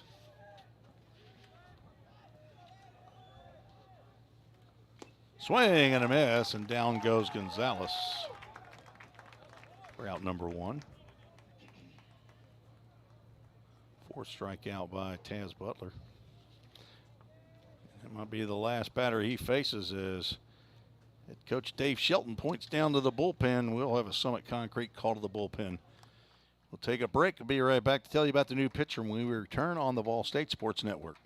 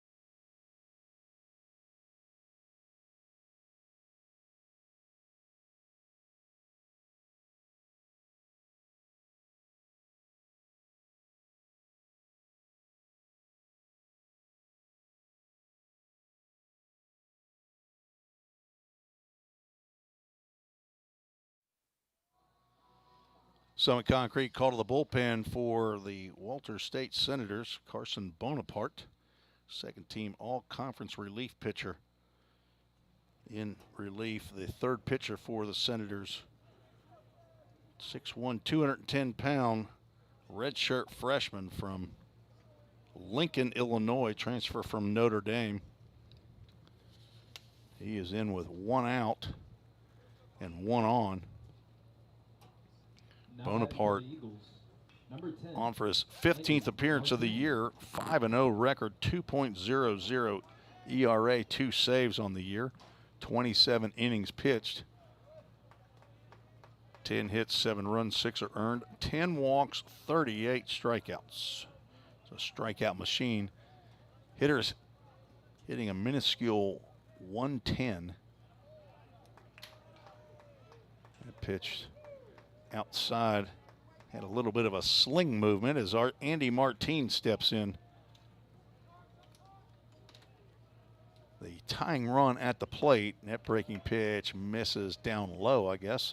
Count goes 3 balls and no strikes to the center fielder for Dyersburg State. He's had a couple leads here in this game. There's a breaking pitch right over the heart of the plate. Dyersburg State led 1-0 and 4-3. Right now, the #1 team in the country leads 6-4. That's a little arm sling, and Andy Martine will turn around. Say, I'm sorry, Mr. Judkins.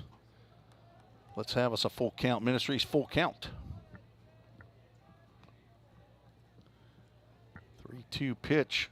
Parker Patterson. That ball hits Andy Martine. Ouch.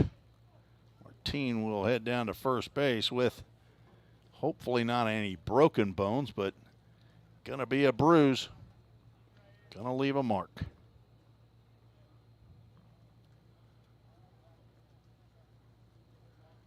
Head coach Dave Shelton out to talk to Chris Judkins, probably to ask as to whether or not that was a foul ball, but home plate umpire says that ball hit Andy Martine. So the first hit batter for Carson Bonaparte.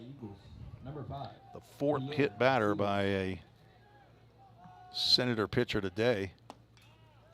That ball stays up. Pierre Seals, one of those victims of a hit by pitch in the first inning. And he gets hit again. Back-to-back plunkings. This game didn't mean so much here in the winner's bracket. Might get to wondering what's happening, but there is no way that Walter State is hitting these Dyersburg State hitters on purpose. That's 5 hit by pitches. The bases are loaded and 1 out. Rylan Quinones, looking for his first hit of the game, steps in. He's 0 for 2. And yes, he is a victim of a hit by pitch. He's crowding the plate. Breaking pitch catches the inside corner. No question as to why Quinones might be getting hit. He is right on top of the plate. It backs up a little bit. Now looking at an 0-2 pitch.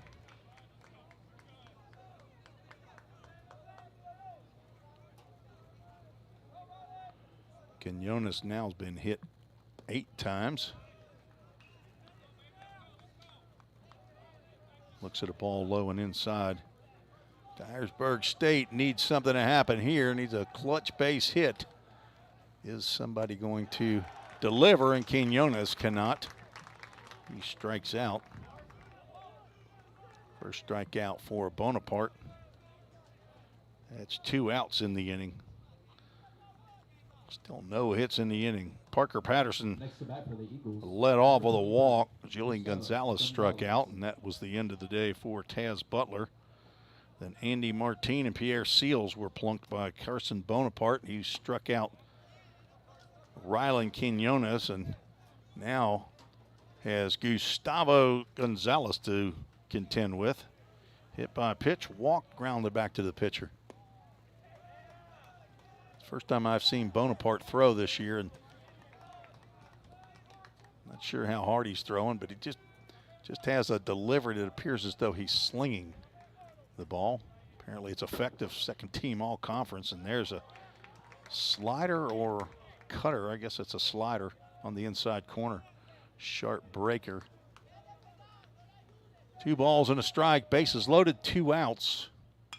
Popped up into center field. Caleb Marmo puts his hands out to the side, says, I got it, and he does. No runs, no hits, no errors, and 3 runners left on base. That is 10 runners left on base for the Eagles in 6 trips to the plate. Washington, I keep calling them the Washington Senators. If the first name didn't start with a W, I'd be okay. Walters State leads 6-4. You're watching the VolState Sports Network.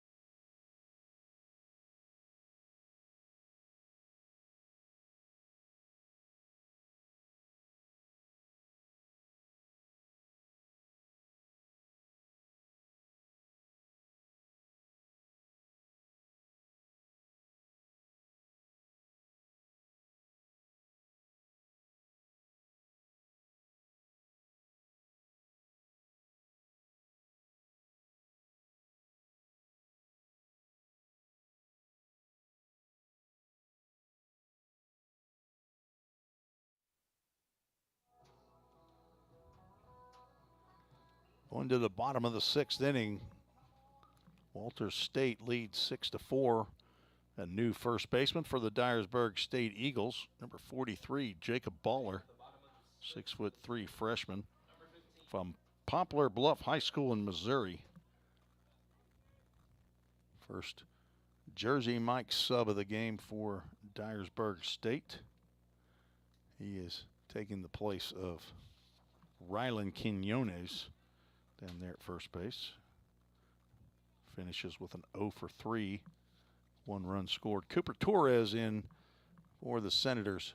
Swings and fouls that ball straight back. 0-2 to first team all conference second baseman Cooper Torres. Scored 2 runs, doubled into left field, left center field. Andy Martin had trouble getting to that one. There's a fastball down low. 4th full inning for Kevin Matos Benitez.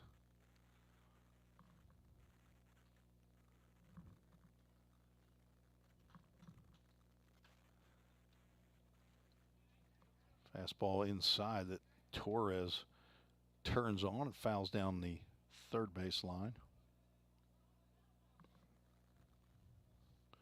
Dylan King started the game for Dyersburg State. Went 1 1/3, gave up 1 hit, but walked a batter and hit 2. Cooper Torres just able to hold up as they check down at first base. Mr. Rollins says no. 2 balls, 2 strikes.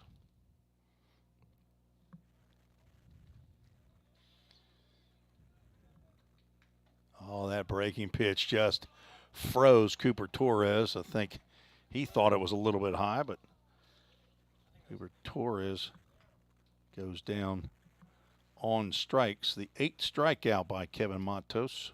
Now batting for the Senators, number 28, Cole McCallum 0 for 3.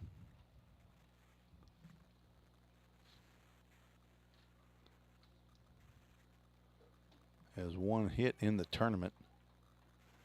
Went 1 for 2 in yesterday's game. Walked twice. Grounded into a doodat double play, but he waves at a breaking pitch low and outside, and he's down in the count 0-2.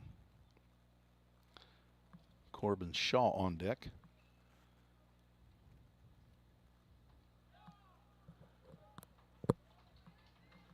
And strike 3.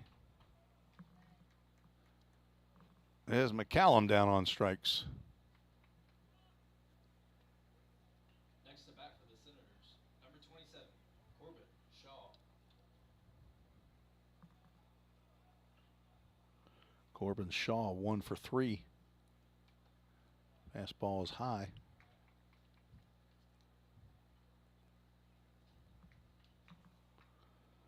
Shaw, the conference leader in RBIs.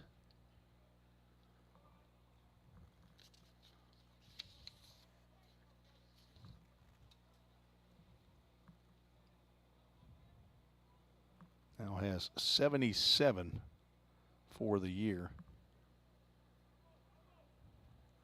Hello to Maria Martinez. There's a breaking pitch. It is nasty. He's freezing these batters for Walter State. 9 punch-outs for Kevin Matos Benitez, who came in relief in the 2nd inning.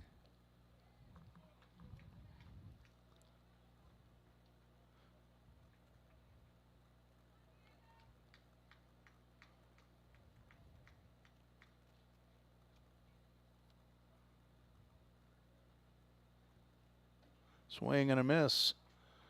Well, a full count Ministries. Full count.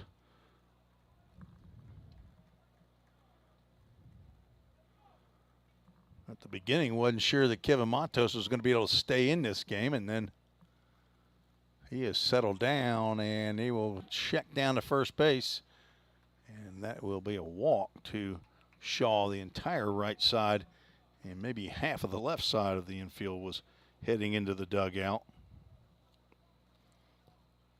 Walk number 4 for Matos. Now batting for the Senators, number 18. Dangerous to walk anybody in front of Daniel Ortiz. Out of the Dyersburg State dugout will come head coach Robert White. It might be the end of the line for Kevin Matos. A couple times he's been out there, and Matos hands the ball off, I believe, to Robert White. Got to be the longest stretch for Kevin Matos. He only had 9 in the 3rd innings when he came in.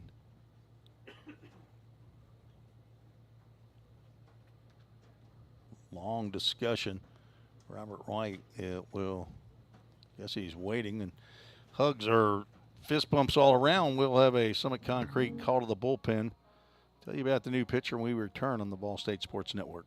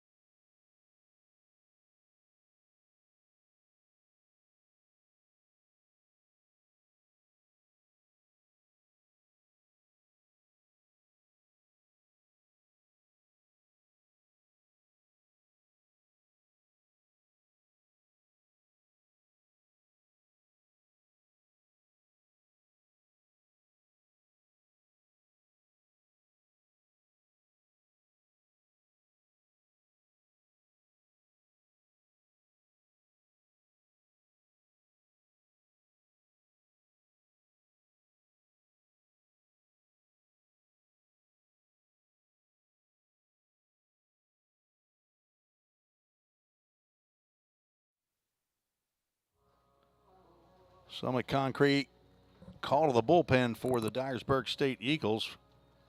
Replacing Kevin Matos Benitez is Nate Kreider, who was on for his second appearance in the conference tournament. 6'4" sophomore right-hander, transfer from Connors State College. He is on with 2 outs and a runner at first base via a walk. That's Corbin Shaw. Daniel Ortiz will step in. Nate Kreider with a 2.84 ERA, 22nd appearance of the year.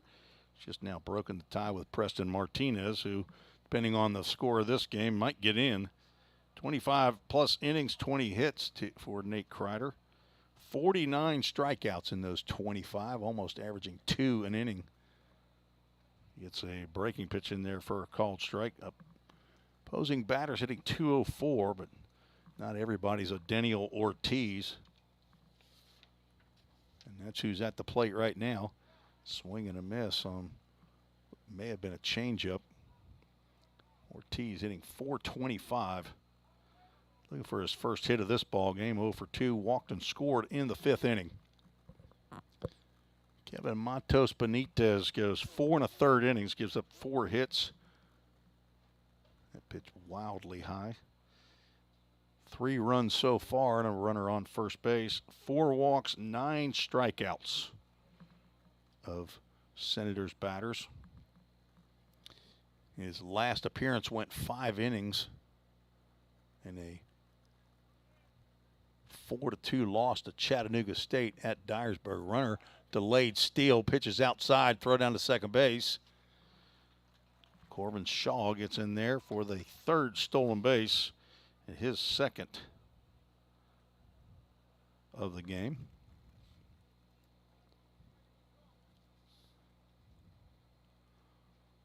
Shaw had 3 coming in all year long and now has 2 more. Matos threw 4 innings in, I believe it was February, and he was out for about a month and a half. I would assume he was injured. Came back, maybe he had a couple other appearances.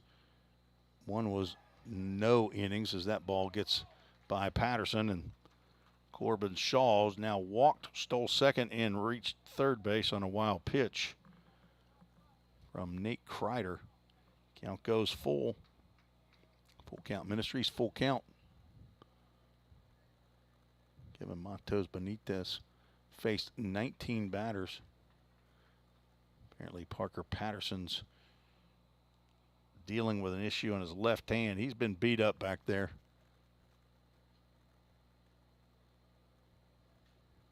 Maybe not seen as many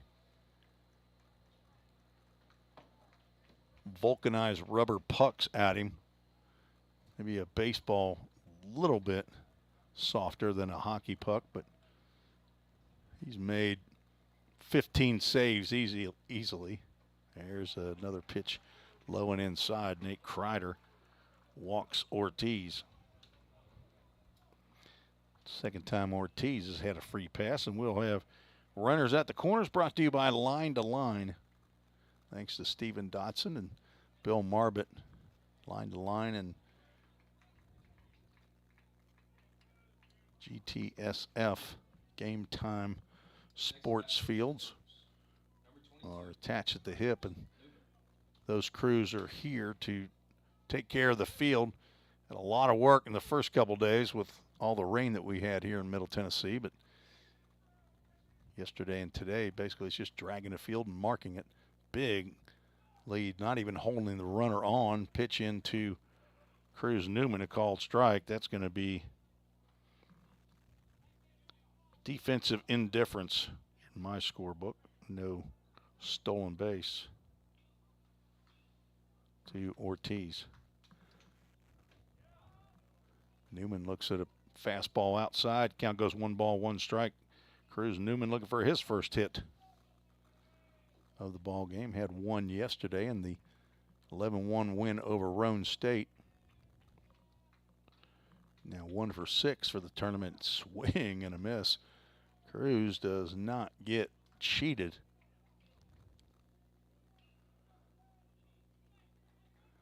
Had an infield single yesterday. Scored a run, has not been on base here in game number 7. Drives one out to center field, sends Andy Martine back, but he gets under it. Make the catch for out number 3. So Nate Kreider comes in and retires one of 2 batters without giving up a run. No runs, no hits, no errors. 2 runners left on base. That's now 9 runners left on base for Walter State. 6-4, we're through 6 innings. You're watching TCCAA baseball tournament action on the VolState Sports Network.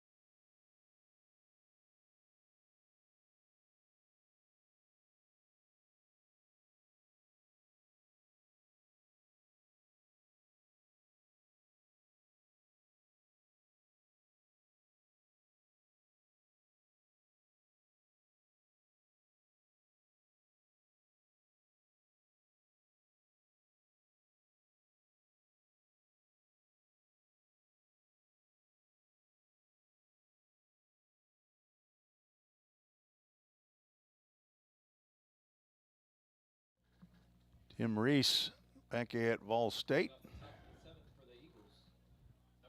Reagan Smith handling the electronics for the broadcast as Mason Krasnarich steps in. He's the DH.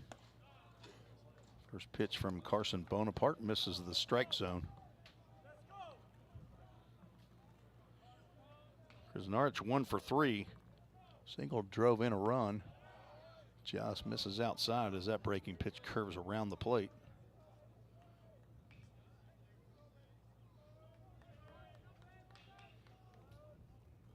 Two balls, no strikes to Krasnarich, who takes a monumental cut.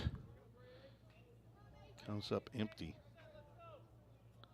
Have not had a home run in this ball game. Tapper to the left side. Third baseman Daniel Ortiz cuts off Curtis Reed and throws over to first base for the out. 5-3 on the putout. Mason Krasnarich now 1 for 4. Chris Alvarez steps to the plate. He's 1 for 2. Walked and singled and has an RBI. Alvarez, the left fielder for Dyersburg.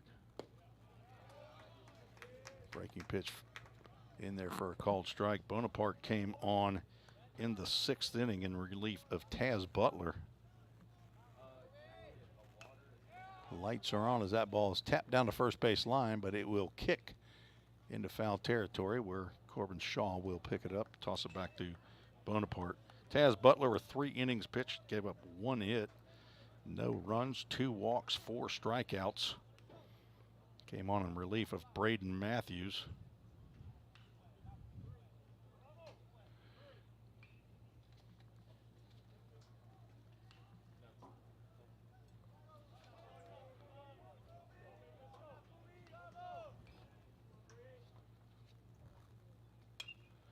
Fisted towards second baseman Cooper Torres, who makes an easy catch. Too quickly out here in the top of the 7th inning for Dyersburg.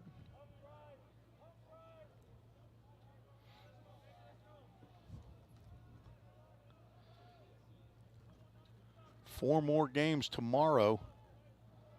More teams will be eliminated.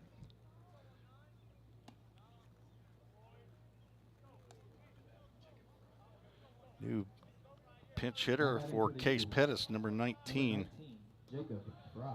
Jacob Fry, F-R-Y-E.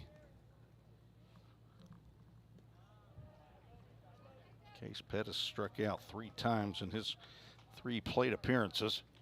Left-handed hitting. Jacob Fry gets a shot. Hitting .286, only played in 9 games. 1 start, 14 official at-bats, 4 for 14, a double, 2 RBIs, so not a lot of activity this year by Jacob Fry. He will take a 4-pitch walk, won't even see a strike from Carson Bonaparte. There's a missed opportunity to see what the young man can do. Next to bat for the Eagles, number 8. Parker Patterson, the catcher, steps in. So we'll get a new second base. I'm not sure if Jacob Fry's a second baseman or not, but shows him as an infielder. 6'1", transfer from Central Alabama Community College.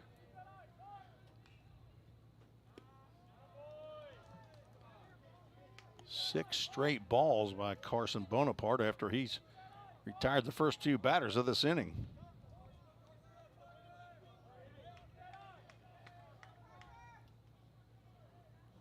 Parker Patterson steps toward third base on the 2-0 pitch, and it's a strike on the outside corner. The first walk by Carson Bonaparte, who hit the first 2 batters he faced in the 6th inning. Drive out to right field, and Cruz Newman will get over there and make the running catch for out number 3. No runs, no hits, no errors. 1 runner left on base. Heading to the bottom of the 7th, it's stretch time here on the campus of Volunteer State Community College. Thanks for joining us on the VolState Sports Network.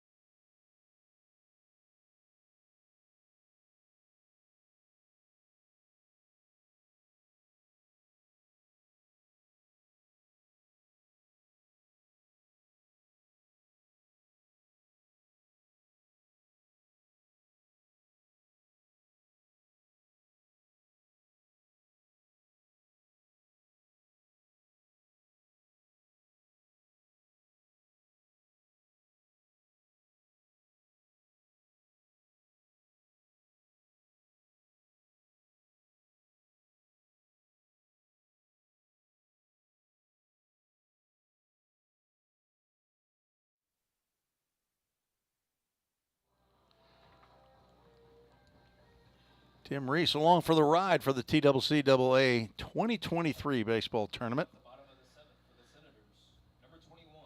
If you can't tell, I love watching baseball. I love keeping a scorebook. And I really, really enjoy describing the action to you folks that can't be here all over the country and actually maybe even all over the world. Jarrett Martin will get hit with a pitch, but Chris Judkins will come out and say that he did not avoid that pitch. It almost looked like Jarrett Martin stuck his arm up. Try to go to the replay here. You all can do the same thing on YouTube. That would be a ball. See if I can try that again. Jarrett Martin, ball 1. Now ball 2. Almost looked like a defensive move on his part to stick that arm up. 2 balls, no strikes.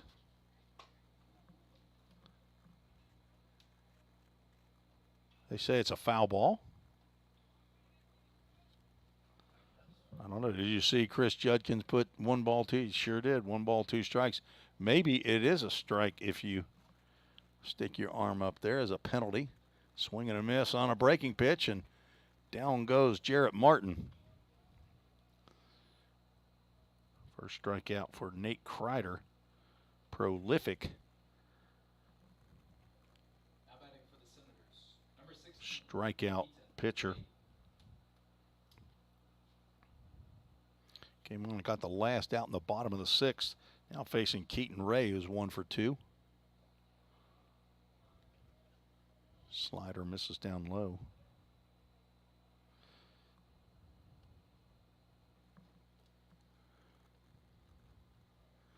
Juan Ortiz watching from Puerto Rico. Spent a couple days there in San Juan. Down there for work. Didn't really get a good taste of it. I was in and out quickly. Nate Kreider about fell down on the mound. Had one of those step and push backs on the mound. You see some pitchers sometimes. 3 balls, no strikes to Keaton Ray. There's a pitch on the outside corner for a called strike. Ray singled and scored in the 2nd. Struck out in the 4th, walked, and strained it at 2nd, and he will get another opportunity to run the bases. His 2nd walk of the game. 2nd walk given up by Nate Kreider. He walked Daniel Ortiz. His first batter he faced. Lights taking effect here at Pioneer Field in the Tim Garrett Baseball Complex, and looks like we'll have a pinch runner for Keaton Ray. Maybe number 1, and it is Miles Smith. Comes off the bench. 6'1", 170-pound redshirt freshman from Fayetteville, Tennessee. Probably will go into left field for Keaton Ray in the top of the inning.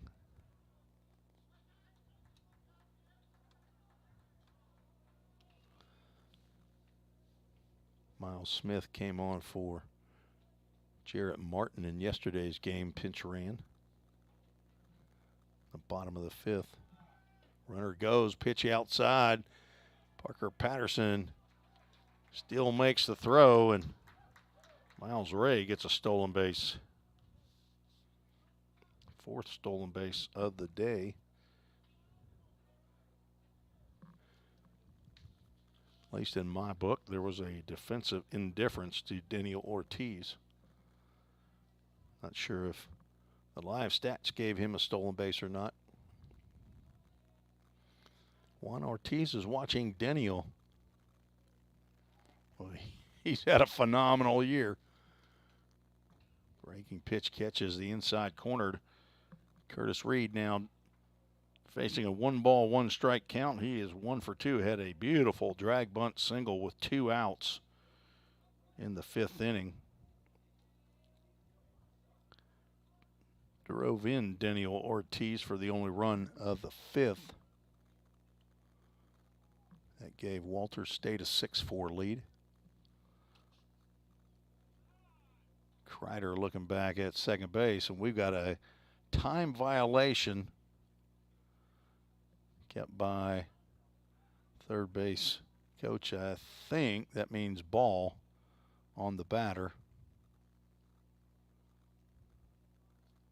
2 balls and 1 strike. Qualsey, you got it? There we go.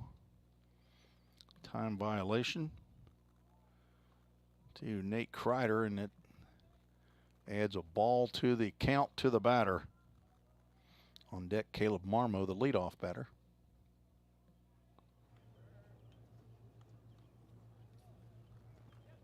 Ball in the dirt, throw down to third base. Slow tag by Gustavo Gonzalez. Ball seemed to arrive right as the runner did, but Gustavo looked like he was trying to make sure he had that ball securely in his glove, but Miles Ray will reach third base on a wild pitch. I don't believe he was stealing on that play.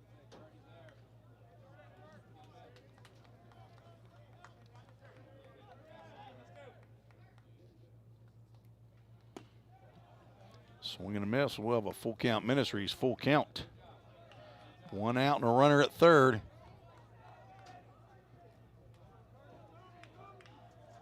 Miles Smith was not running. There's another ball in the dirt. This one blocked by Patterson once again. Another save, another run saved for the time being. And well, runners on the corners, brought to you by Line to Line. Nate Kreider is struggling with the strike zone. Now batting for the Senators, number 7, Caleb Marmo. Caleb Marmo, 1 for 2, has been on base 3 out of 4 times he's been to the plate.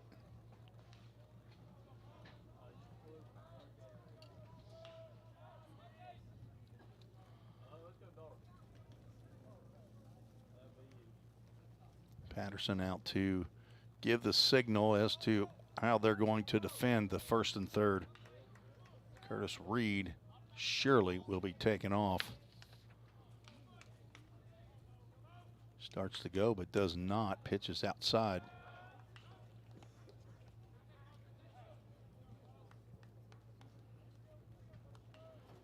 Reed 6 of 7 on stolen bases.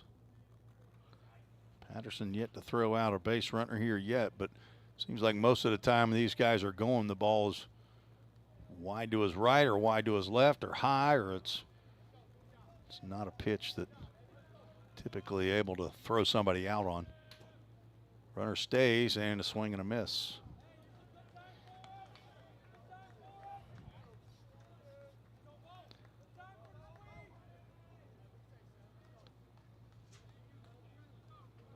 Last base hit for VolState was that drag bunt by Curtis Reed. The last one before that was a double by Cooper Torres, who's on deck. 6 runs, 5 hits, 1 error. There's a foul off the screen. Pioneers scored 2 in the first without benefit of a hit. 1 run in the second. There's 1 hit there. 2 runs in the fourth. 2 hits in that inning. 1 run in the fifth and 1 hit in that inning.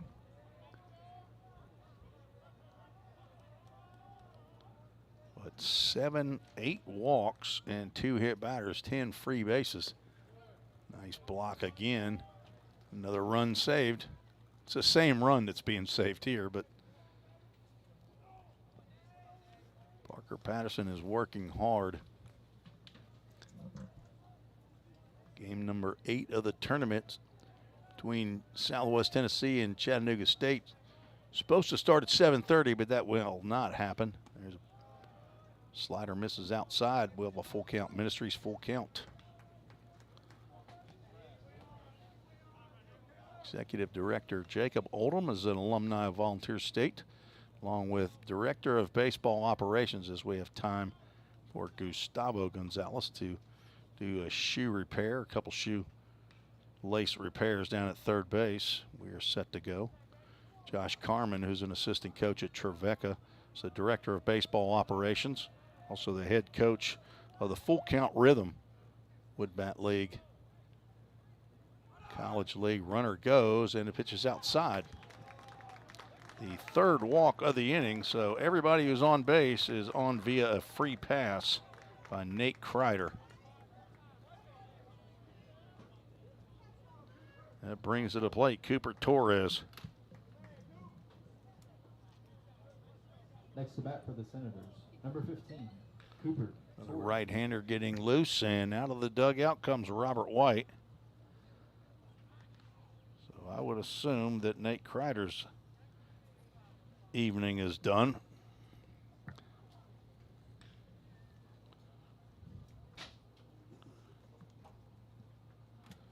Robert White has been the head coach for a number of years, and Nate Kreider is walking off the mound. We'll take a break, tell you who the new pitcher is when we return on the VolState Sports Network.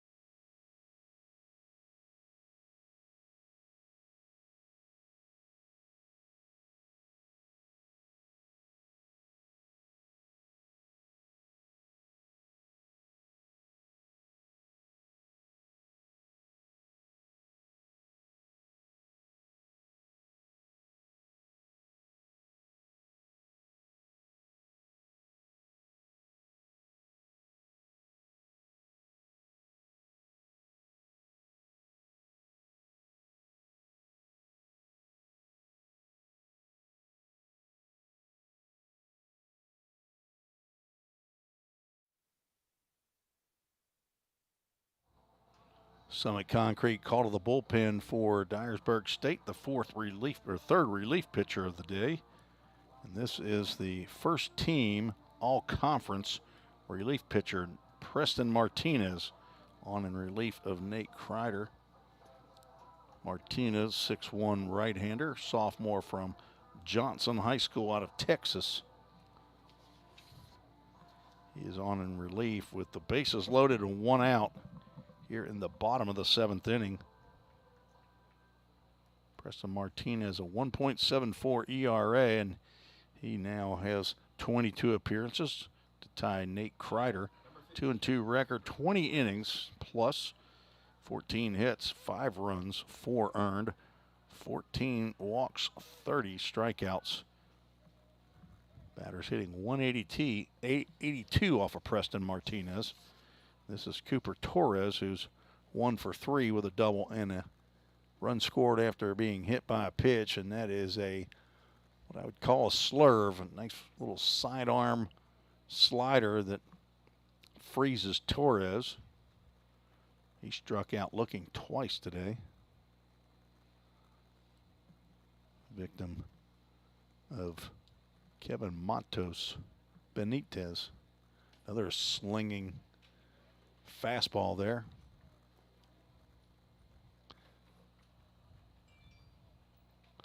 Preston Martinez comes in with a conference leading 6 saves on the year, twice as many as anybody else in the conference. Fouled off to the right side. He is a lot of movement out there on the mound, and as a hitter you have to really concentrate on where's that ball coming from and not look at elbows and knees and head jerking. And I bet you if you slowed it down, he's probably not even looking at the catcher's mitt when he delivers the pitch. Bases are loaded, 1 out. Slurve misses outside. Well, a full count Ministries, full count. By my count, I have 9 walks by Dyersburg State pitching, and Senators have really not capitalized on all the free passes. 9 walks, 2 hit batters. Popped up in the infield, and that will be an infield fly roll if the ball stays fair, and it looks like it will. Gustavo Gonzalez will make the catch for out number 2. Not a full count first pitch foul ball. Hit that one in fair territory, and that'll bring to the plate Cole McCallum. Opportunity lost there for Walter State. Cole McCallum has a chance to drive in some runs here. Looking for his first hit of the ball game. He's 0 for 4. The designated hitter, first team all conference. Slider misses outside.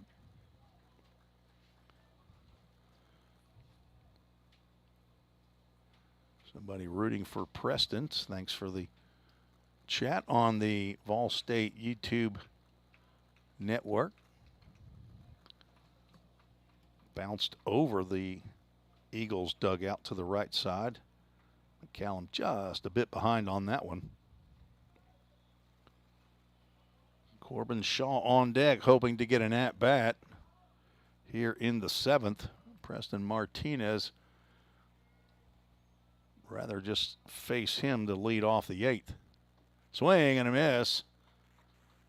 He is bringing it into the plate at a rapid speed. Now heading to count 1 ball, 2 strikes. Keaton Ray walked Miles Smith. Pinch run for him. He's down at third base. Swing and a miss, and Preston Martinez fired up, and he comes in and gets 2 outs with the bases loaded. No runs scored and the bases left loaded. We're through 7 innings. 6-4 Walter State lead. We're headed to the 8th, scheduled for 9 innings. You're listening to the VolState Sports Network.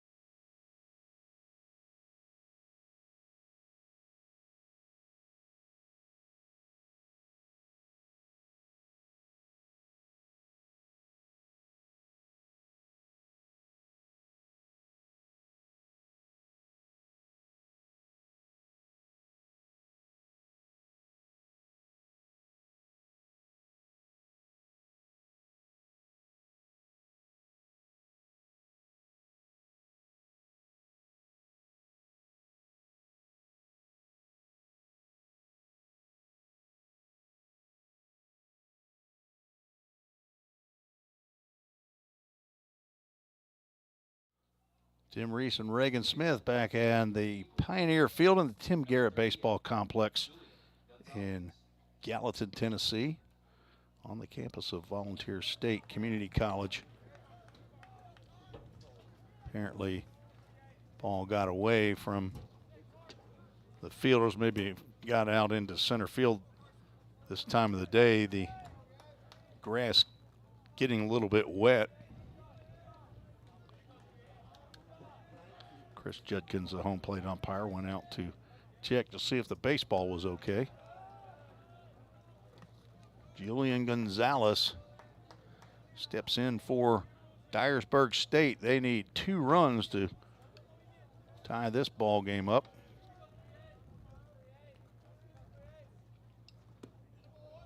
Facing Carson Bonaparte. So right now, this game is featuring the first team all-conference relief pitcher of the year and the second team all-conference relief pitcher. That ball's drilled out to right field. Back goes Cruz Newman. He will handle that one easily. Leadoff batter Julian Gonzalez out. Fly out to right field, first out here in the 8th. Dyersburg State now down to the last 5 outs. Number 10, Andy Martin. Andy Martin steps in. Walked twice, been hit by a pitch, and singled and scored in the 3rd inning. Been on base all 4 times. Pops that one up out of play.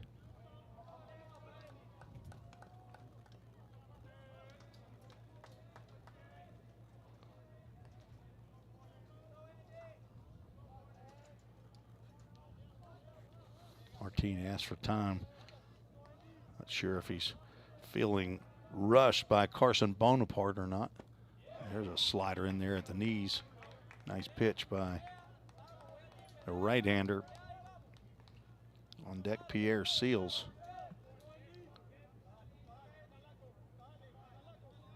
Just past the, got to the 200 mark of viewers on the VolState Sports Network. Thanks for joining us today here in Game 7. Walter State hosting Dyersburg State in one of 2 winners bracket games here in the Tennessee JUCO Conference Tournament. Winner of this tournament will play the Georgia JUCO winner. I think that's a 3-game series. I believe Georgia will host that. There's a breaking pitch, misses inside. Well, a full count Ministries, full count. See the Tennessee baseball report, I think, is what John Decker's website is. He's out shooting pictures. He shoots some beautiful pictures. The pitch misses outside, and Martin will walk for the 3rd time today.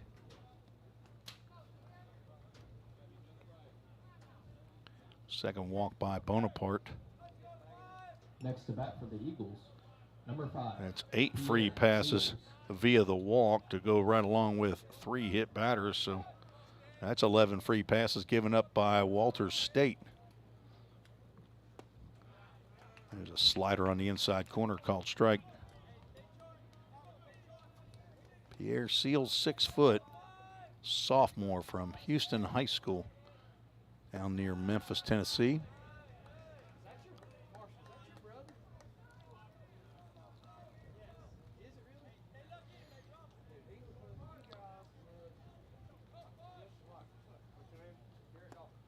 Catches the outside corner. Walter State bullpen is empty. Looks like it's Carson Bonaparte's to ride it out. The pitch misses inside. Pierre Seals 0 for 2. He's been hit twice. Once in the head and the other in the hip, I believe. And checks his swing. They'll check down to first base, and he did not go. Full count Ministries, full count to Pierre Seals. Dave Shelton not happy with that call. Swing and a miss, and actually he gets a foul tip into the glove. Pierre Seals down on strike, so we do have a full count first pitch foul ball, but results in an out. That is strikeout number 2 for Carson Bonaparte. Second out of the inning. 2 outs. Jacob Baller will get his first AB. The Jersey Mike's first sub of the game for Dyersburg State, other than relief pitchers.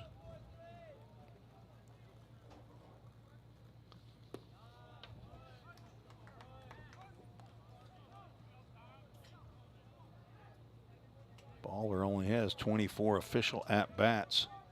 4 hits, 2 of those are doubles. And he looks at a slider right over the middle of the plate. 10th game of the year for Jacob Baller. He and Jacob Fry gotten into the game. They're 10th. There's a ground ball fisted into right field. Goes the other way, and Andy Martin is hauling it. He gets over to third base. Not sure what happens there, but time called, and Andy Martin might have just opened up a strawberry or skinned that left leg. He's pulled the pants up, dropped the socks. Looked like he had a stinger there. Jacob Baller gets his 5th hit of the year. Putting runners at first and third. Brought to you by Line to Line.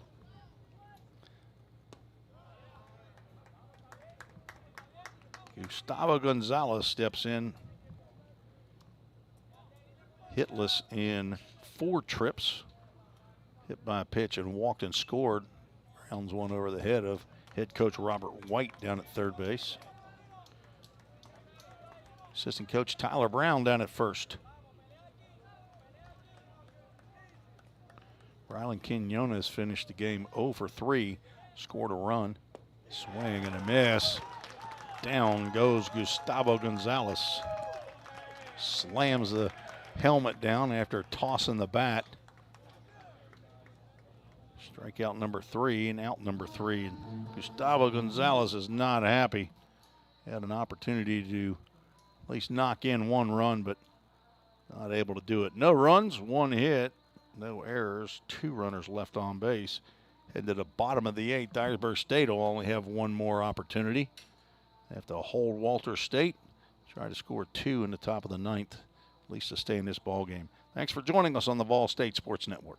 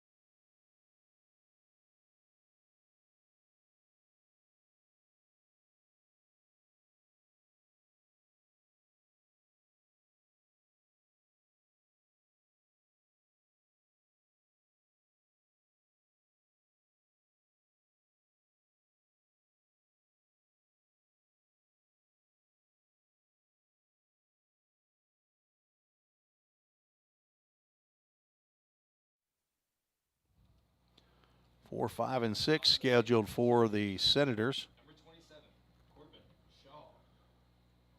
Head coach Dave Shelton and Mike Korn are talking to each other. 2 base coaches. Mike Korn will wait to run out to first base. Talking to the on-deck batter, Daniel Ortiz. Preston Martinez back out on the mound for the Eagles. Delivers a first pitch ball.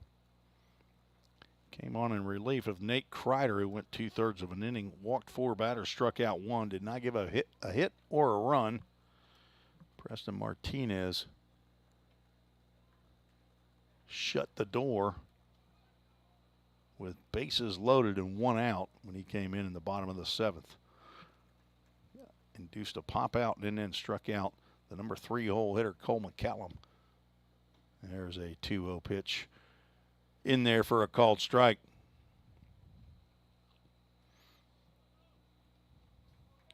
Shaw reached on an error in the first inning, singled in the 3rd, grounded out in the 4th, and walked. There he grounds to second base. Nice hop to Jacob Fry. He throws wildly. His first attempt at fielding and throwing today after he came in for Case Pettis. Now batting for the Senators, number 18, Daniel Ortiz.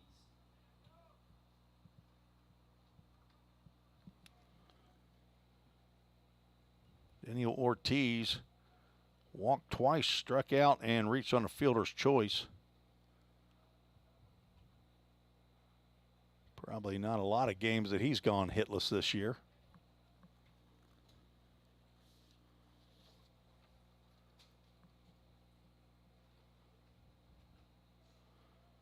Longest hitting streak of the year for Ortiz is 9 games. Coming into this tournament, he was 13 for 27 in his last 10 games. 3 doubles, 3 home runs, 12 RBIs, and that pitch nearly hit him. He ended up fouling it down the first baseline. First team all-conference third baseman. Also walked 9 times in the last 10 games.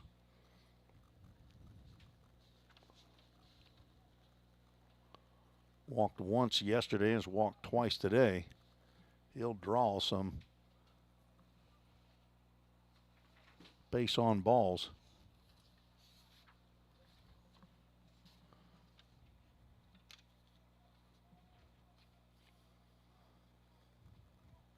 Coming into today's game, walked 41 times, now 43. Lifts that one foul down the right side. That'll get over the maintenance shed. Into the trees. Not sure who's going to get these balls now. I don't see people just jumping out of the dugout to get them. I don't know if head coach Jim McGuire's got folks tracking down foul balls, but count 1 ball, 2 strikes. Ortiz looks at that slider away.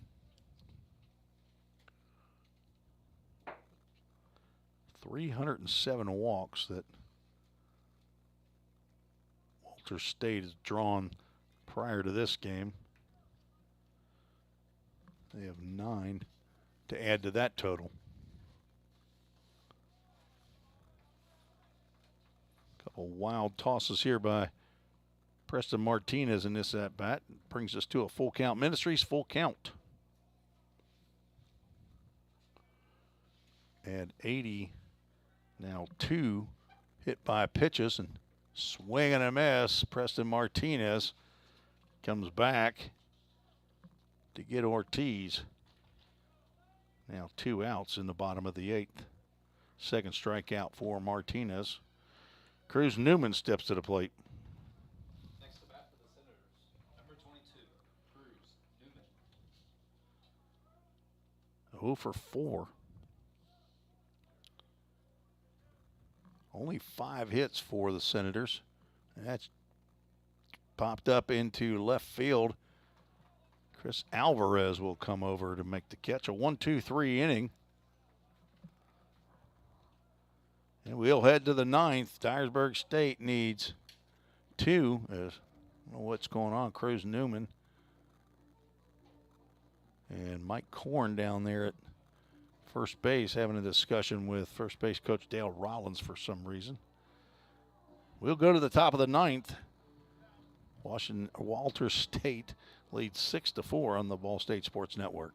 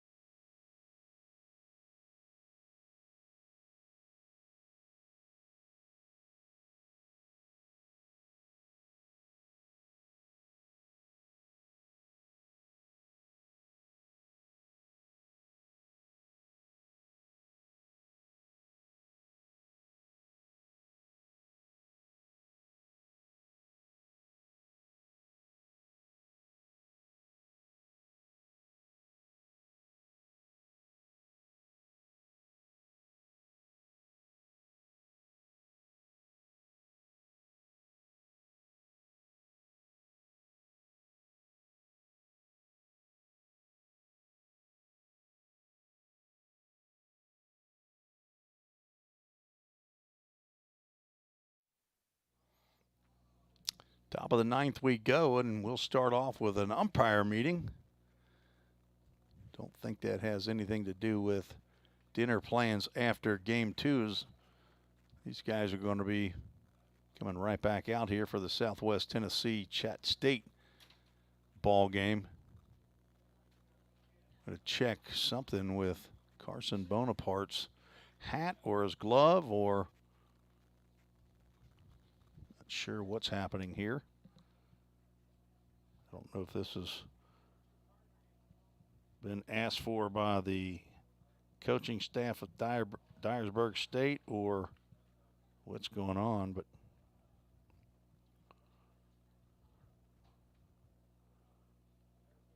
Bonaparte puts his hat back on, and home plate umpire Chris Judkins will replace the baseball he had. Looks like we are good to go.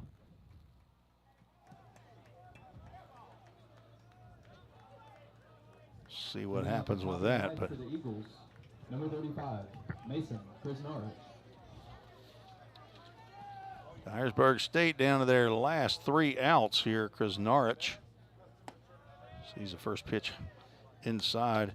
Alvarez due up, and then Jacob Fry scheduled for Dyersburg. Line drive into center field, a leadoff single by Mason Krasnarich, who's now 2 for 5.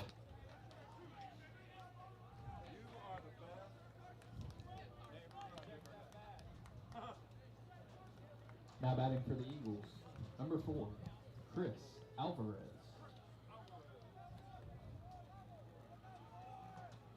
Left fielder Alvarez steps in. He's 1 for 3. Looks at the first pitch. Slider in there for a called strike. 4 runs, 5 hits, 2 errors for Dyersburg. Swing and a miss on a low slider. 6 runs, 5 hits, 1 error. You were around at the beginning of this game and looked like this was going to be a high scoring game. Dyersburg State scored 1 in the first inning, but had an opportunity to score more. Didn't even have a hit. Braden Matthews handing out free bases. Then in the bottom of the first, Walter State scored 2 runs without a hit. There were walks, hit by pitches, and errors in that inning for Dyersburg State. But both teams have really not been able to get that big clutch hit. 1 ball, 2 strikes to Alvarez. He hits a line drive into right field, and that's a good start for the Eagles here in the top of the 9th inning. Off of the second team all-conference relief pitcher of the year, Carson Bonaparte. Let's see if, in fact, Jacob Fry is going to come to the plate. And he is. He walked in his first AB of the game as he came in for Case Pettis in the top of the 7th inning. Next to bat for the Eagles, number 19, Jacob Fry. Very few at-bats on the year for Jacob Fry, and time will be called as Dave Shelton comes out of the Walter State dugout. Don't see anybody. Don't think anybody was even down in the Walter State bullpen, so this is just a defensive meeting. Maybe a conference to say, look, this guy doesn't have too many at-bats. Let's go right after him. But there's a really good chance he's going to try to lay down a bunt. So this is how we want to defend it. Head coach Robert White and Tyler Brown will have a discussion maybe as to who might pinch run, or I'm not sure what kind of speed Mason Krasnarich has out there at second base, but he's a pretty good sized fella, 6'4", I believe. 6'6". Cut 2 inches off of him. Sorry about that. Now batting, number 19, Jacob Fry. But he's still out there at second base. No changes are made. Left-handed hitting Jacob Fry steps in. He will square around. He will let a breaking pitch go by. Robert White from third base looks out there at him and like, what in the world are you doing? Well, that's a fake bunt.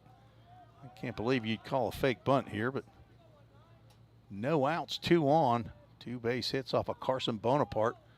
There's a wheel play, and shortstop goes to third. First and third baseman crash the plate. Second baseman comes to cover first.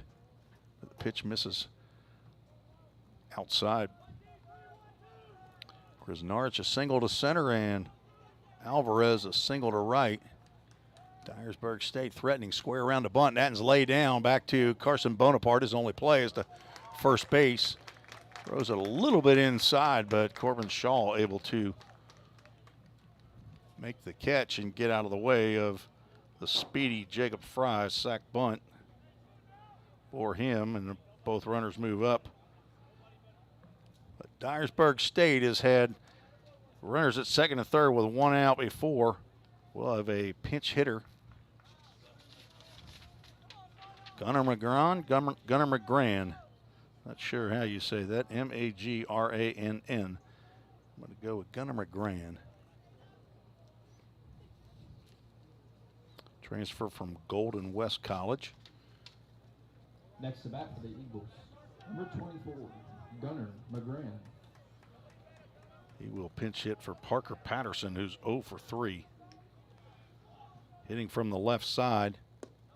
Starts to swing and holds up, and the pitch called a ball.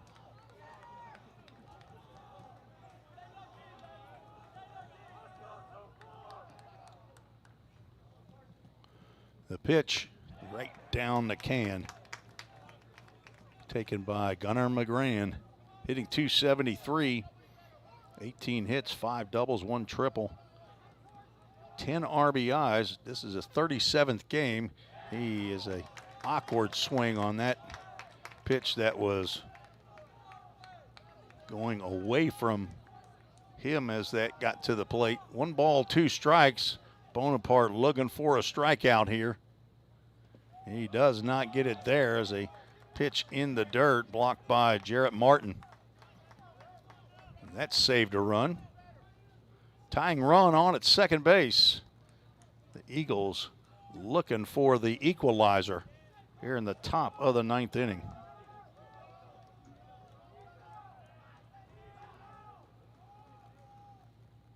Oh, a breaking pitch right down the middle of the plate. Gunnar McGrann frozen with that breaking pitch. He will sit down. Have to think about that one for a while. 2 outs. Brings up the top of the order. Julian Gonzalez, time is called as third base coach Robert White wants to have a chat with his leadoff batter. 4th strikeout by Carson Bonaparte. Carson with a K, Bonaparte with an E at the end for class, as I like to say. Street I live on has an E at the end. You wouldn't think it would. Now batting for the Eagles, number 38. Ends in point. Gonzalez. 2 outs, 2 on. And Dyersburg State in desperate need of a base hit. There's a throw back to second base trying to catch Chris Alvarez napping. Pretty good play, actually. 2 outs, maybe steal an easy out. But Alvarez not having any of it. Breaking pitch catches the inside corner. Gonzalez looking for his first hit of the ball game.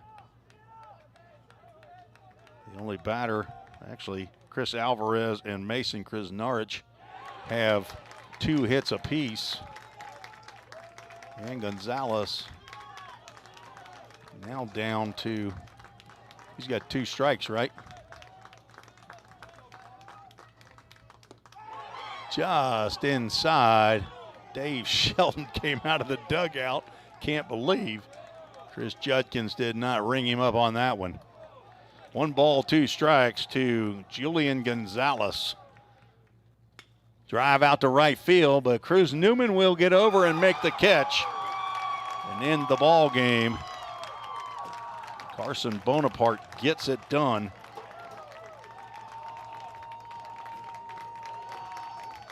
Walter State gets into the winner's bracket game with a 6-4 win over the Dyersburg State Eagles. 4 runs, 6 hits, 2 errors for the Eagles. 6 runs, 5 hits, 1 error. And let's see who gets the win there. I believe Taz Butler is going to get the win. Carson Bonaparte will get a save. See how many saves. That'll be 3 saves for Carson Bonaparte. Make sure that Walter State was leading when, and they were.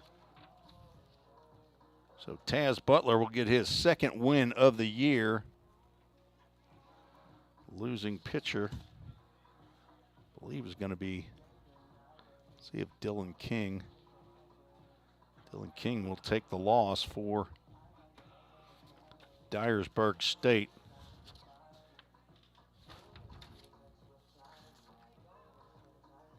King will fall to 4-3 on the year. Dyersburg State will move into the losers bracket and play the Pioneers tomorrow at 10 a.m. in the game number 9 tomorrow. Walter State will await the winner of the final game of today's action, Southwest Tennessee versus Chat State. So stick around. Game number 4 should start in about, I would say, 30 minutes. Probably about 8:15 would be my guess, as the Game Time Sports Field folks and line-to-line maintenance crew out getting field ready for game number 4 of the day, game number 8 of the tournament. Walter State, hard-fought win. A lot of walks, a lot of hit-by pitches, not a ton of hits, only 11 for the game. But an entertaining matchup, to be sure, between Walter State and Dyersburg State, as Walter State evens the series 2-2 on the season. Thanks for joining us on the VolState Sports Network. For Forrest Chasen, the commissioner of the league and athletic director here at VolState, Bobby Hudson. Thanks for joining myself, Tim Reese, and Reagan Smith for today's Walter State versus Dyersburg State matchup. We'll see you right back here in about 30 minutes on the VolState Sports Network.